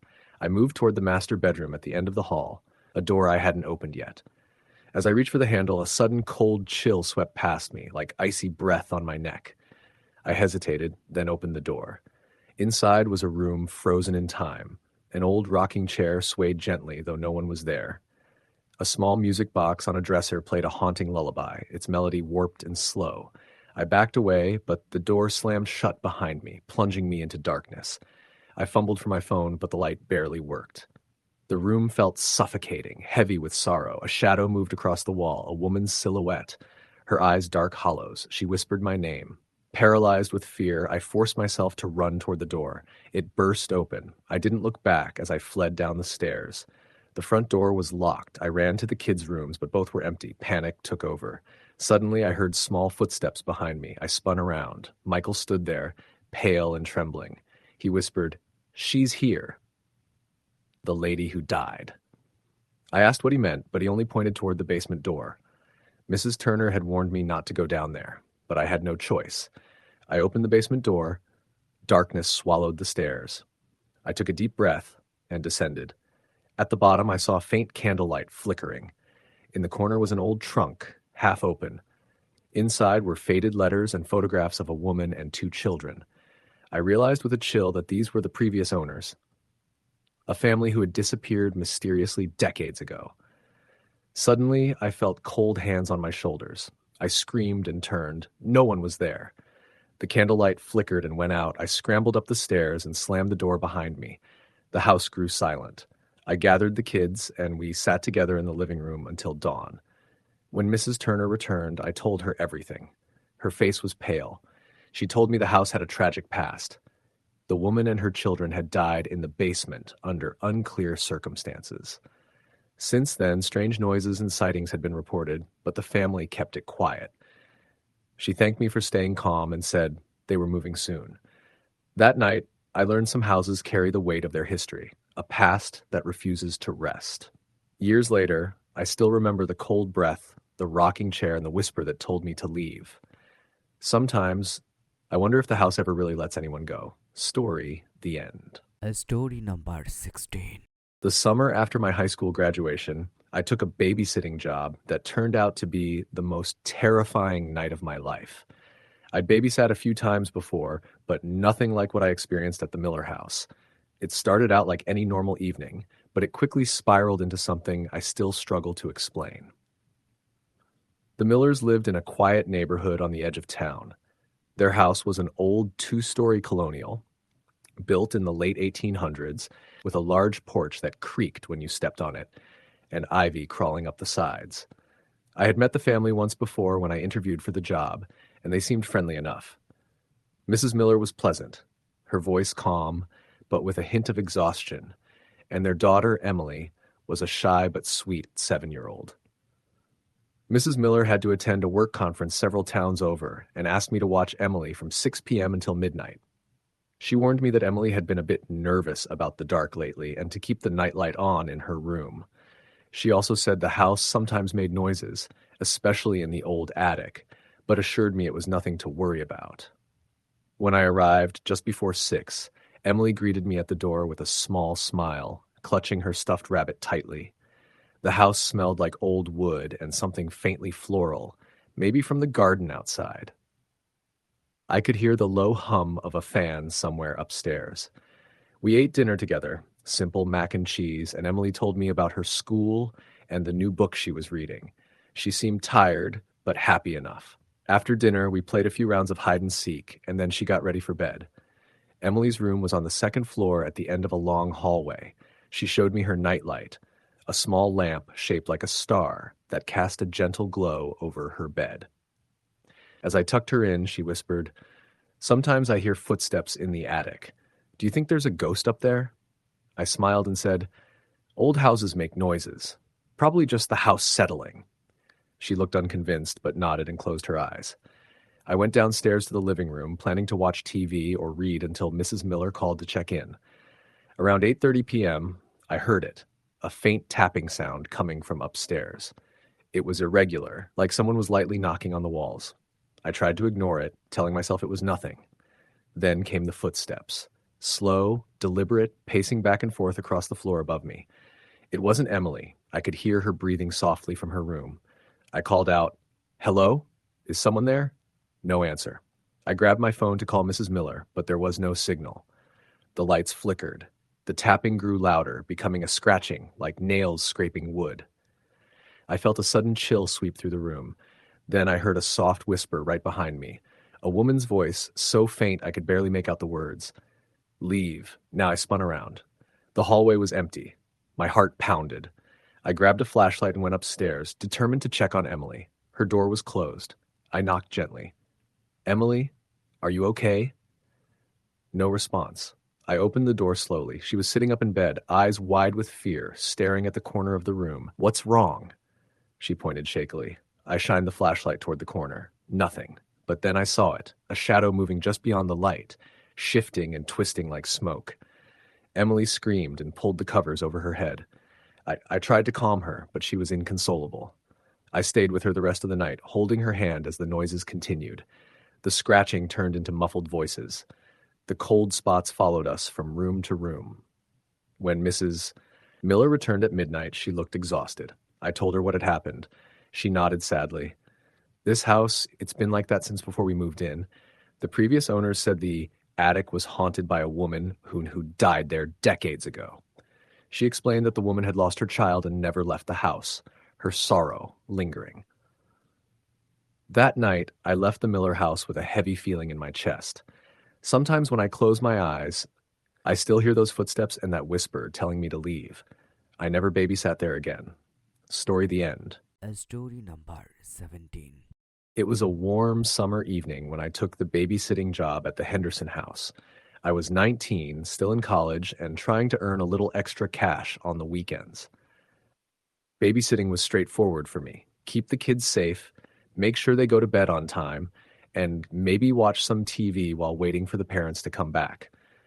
I had never believed in ghosts or the supernatural, but that night, everything changed. The Hendersons lived in an old 2-story house on the outskirts of town in a neighborhood that had once been farmland. The house was built sometime in the 1920s with creaky hardwood floors and high ceilings. When I arrived just after 6, the late daylight was soft, filtering through the tall trees lining the street. Mrs. Henderson was polite and warm, introducing me to her 2 children, Emma, who was 7, and her younger brother Luke, who had just turned 4. Both were sweet kids, though a bit shy around new people. Mrs. Henderson handed me a list of instructions. Emma and Luke's bedtime was 8:30. Emma liked her stories read slowly and with lots of expression. Luke was a restless sleeper and often woke up needing a drink or to be soothed back to bed.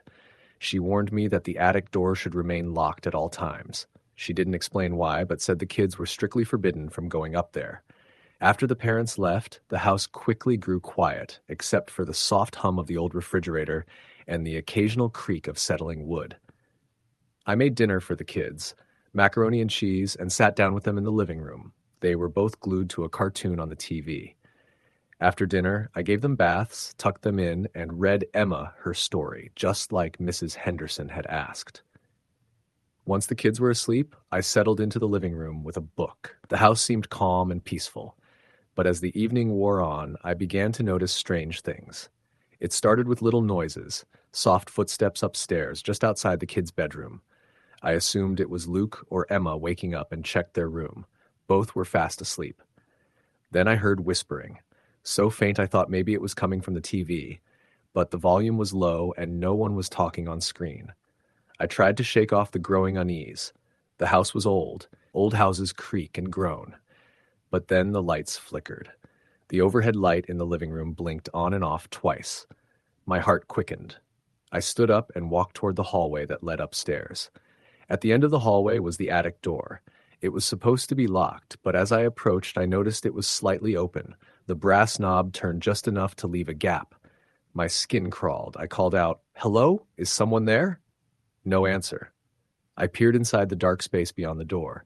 The attic was cluttered with old furniture and boxes, all covered in thick sheets of dust. The moonlight poured in through a small window, casting shadows across the floor. I stepped in carefully. The air was colder here. The hairs on my arms stood up. I shone my flashlight around. Then I saw it, a tiny handprint, smudged and dirty on the dusty floor near an old trunk. Suddenly, I heard a soft whisper again. "Help me." I spun around, shining my light wildly.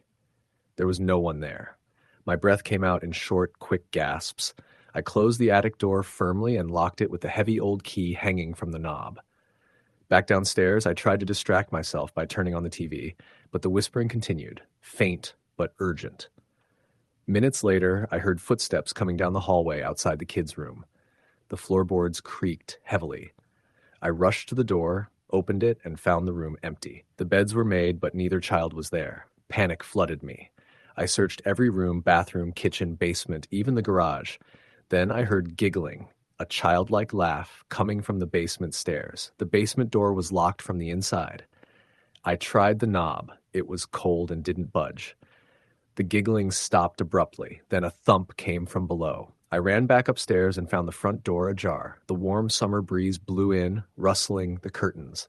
My phone was dead. No signal, no battery. I tried to stay calm, but fear took over. I heard footsteps upstairs again, slow and heavy. I called out to the kids, but no response. Then I heard a whisper from the attic door. "Help me." I realized I had to open it again. With shaking hands, I unlocked the attic door and stepped inside. This time, I saw a little girl in a faded white dress standing near the window, her eyes dark and hollow. Her skin was pale and translucent. She looked at me with desperation. "Please," she whispered. "Help me." I wanted to run, but I was rooted to the spot. Suddenly, the attic door slammed shut behind me. I screamed and pounded on the door, but it wouldn't open. After what felt like hours, the door finally creaked open. Mrs. Henderson and her husband burst through the front door. They found me shaken, sitting on the porch steps. They explained the house's history, the story of Abigail, a child who had died in the attic long ago under tragic circumstances. Her spirit was said to linger, restless and alone. They told me they had hidden the kids in a neighbor's house after hearing strange noises earlier that night. I never babysat at the Henderson house again. But sometimes, late at night, I still hear a soft whisper calling for help. Story the end. Story number 18. It was a chilly autumn evening when I agreed to babysit for the Matthews family. I was 17 and looking for extra money. So when Mrs. Matthews called asking if I could watch their two kids, Lucy and Noah, while they went out for a late dinner, I said yes without hesitation. Their house was an old Victorian on the outskirts of town, nestled between towering trees whose shadows stretched long across the worn wooden porch. I arrived just as the sun was slipping beneath the horizon, painting the sky with fading streaks of orange and pink. The house, though charming during the day, seemed different at night, its dark windows like watchful eyes, the creaks of the settling wood echoing more loudly in the quiet air. Mrs. Matthews greeted me at the door with a hurried smile, explaining that the kids were usually in bed by 8 and to just call if anything came up. Inside, Lucy, 8 years old, was sitting cross-legged on the living room rug, engrossed in a picture book, while 6-year-old Noah toyed with his train set. They were polite but shy, and after some playful coaxing, Lucy agreed to let me read to her at bedtime. Mrs. Matthews mentioned, almost as an afterthought, that the house had a basement, but it was off limits. "We keep the door locked for a reason," she said, voice lowering. "Just don't let the kids near it." As the night deepened, I found myself alone downstairs with the children tucked into their rooms. The house settled with the familiar groans of old wood, but around 9:30 p.m. a strange feeling settled over me, like the air had thickened. I shrugged it off and decided to check on the kids. As I climbed the stairs, the lights flickered.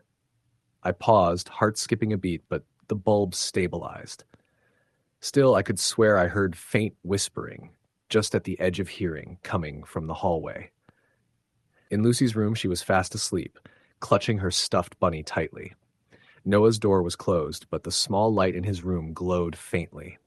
I knocked gently, but there was no response. Suddenly, a soft thump came from the basement door at the end of the hall, the one Mrs. Matthews warned me about. I froze. The door was supposed to be locked. Swallowing my fear, I crept toward the door. The old brass lock had somehow turned, and the door stood slightly ajar. A cold draft escaped from the basement below, carrying with it a faint smell of damp earth and something metallic. From the darkness below, I heard a faint sobbing. It was childlike, sorrowful, echoing against the stone walls. I slammed the door shut, bolted it, and ran to the phone to call Mrs. Matthews, but the line was dead. Panic rising, I hurried back to check on the kids, but as I rounded the corner, the whispering grew louder. Now clear, pleading voices murmuring, "Help me. Please." The lights flickered again, plunging the hall into darkness. My breath came fast, heart pounding. A sudden cold presence brushed past me, icy fingers trailing down my neck. I spun around, but no one was there. I grabbed a flashlight from the kitchen and shone it toward the basement door, but the beam flickered erratically. Suddenly, the door creaked open, just enough to reveal a pair of pale eyes staring up at me from the darkness. I screamed and bolted toward the front door. The house seemed to groan and shudder as if alive, the whispering growing into a chorus of desperate cries. I stumbled out onto the porch, slammed the door behind me, and ran into the night, not daring to look back. Mrs. Matthews and Mr. Matthews returned hours later to find the house quiet and locked. I told them everything, but they exchanged uneasy looks. Mrs. Matthews whispered, "You shouldn't have opened the basement door. There's something down there." Later, I learned the basement had been sealed after a tragic accident decades ago. A child had vanished there, never found. The Matthews family moved away soon after. I never babysat again, but sometimes at night I swear I hear soft crying and the faintest whisper of "help me" on the wind. Story the end.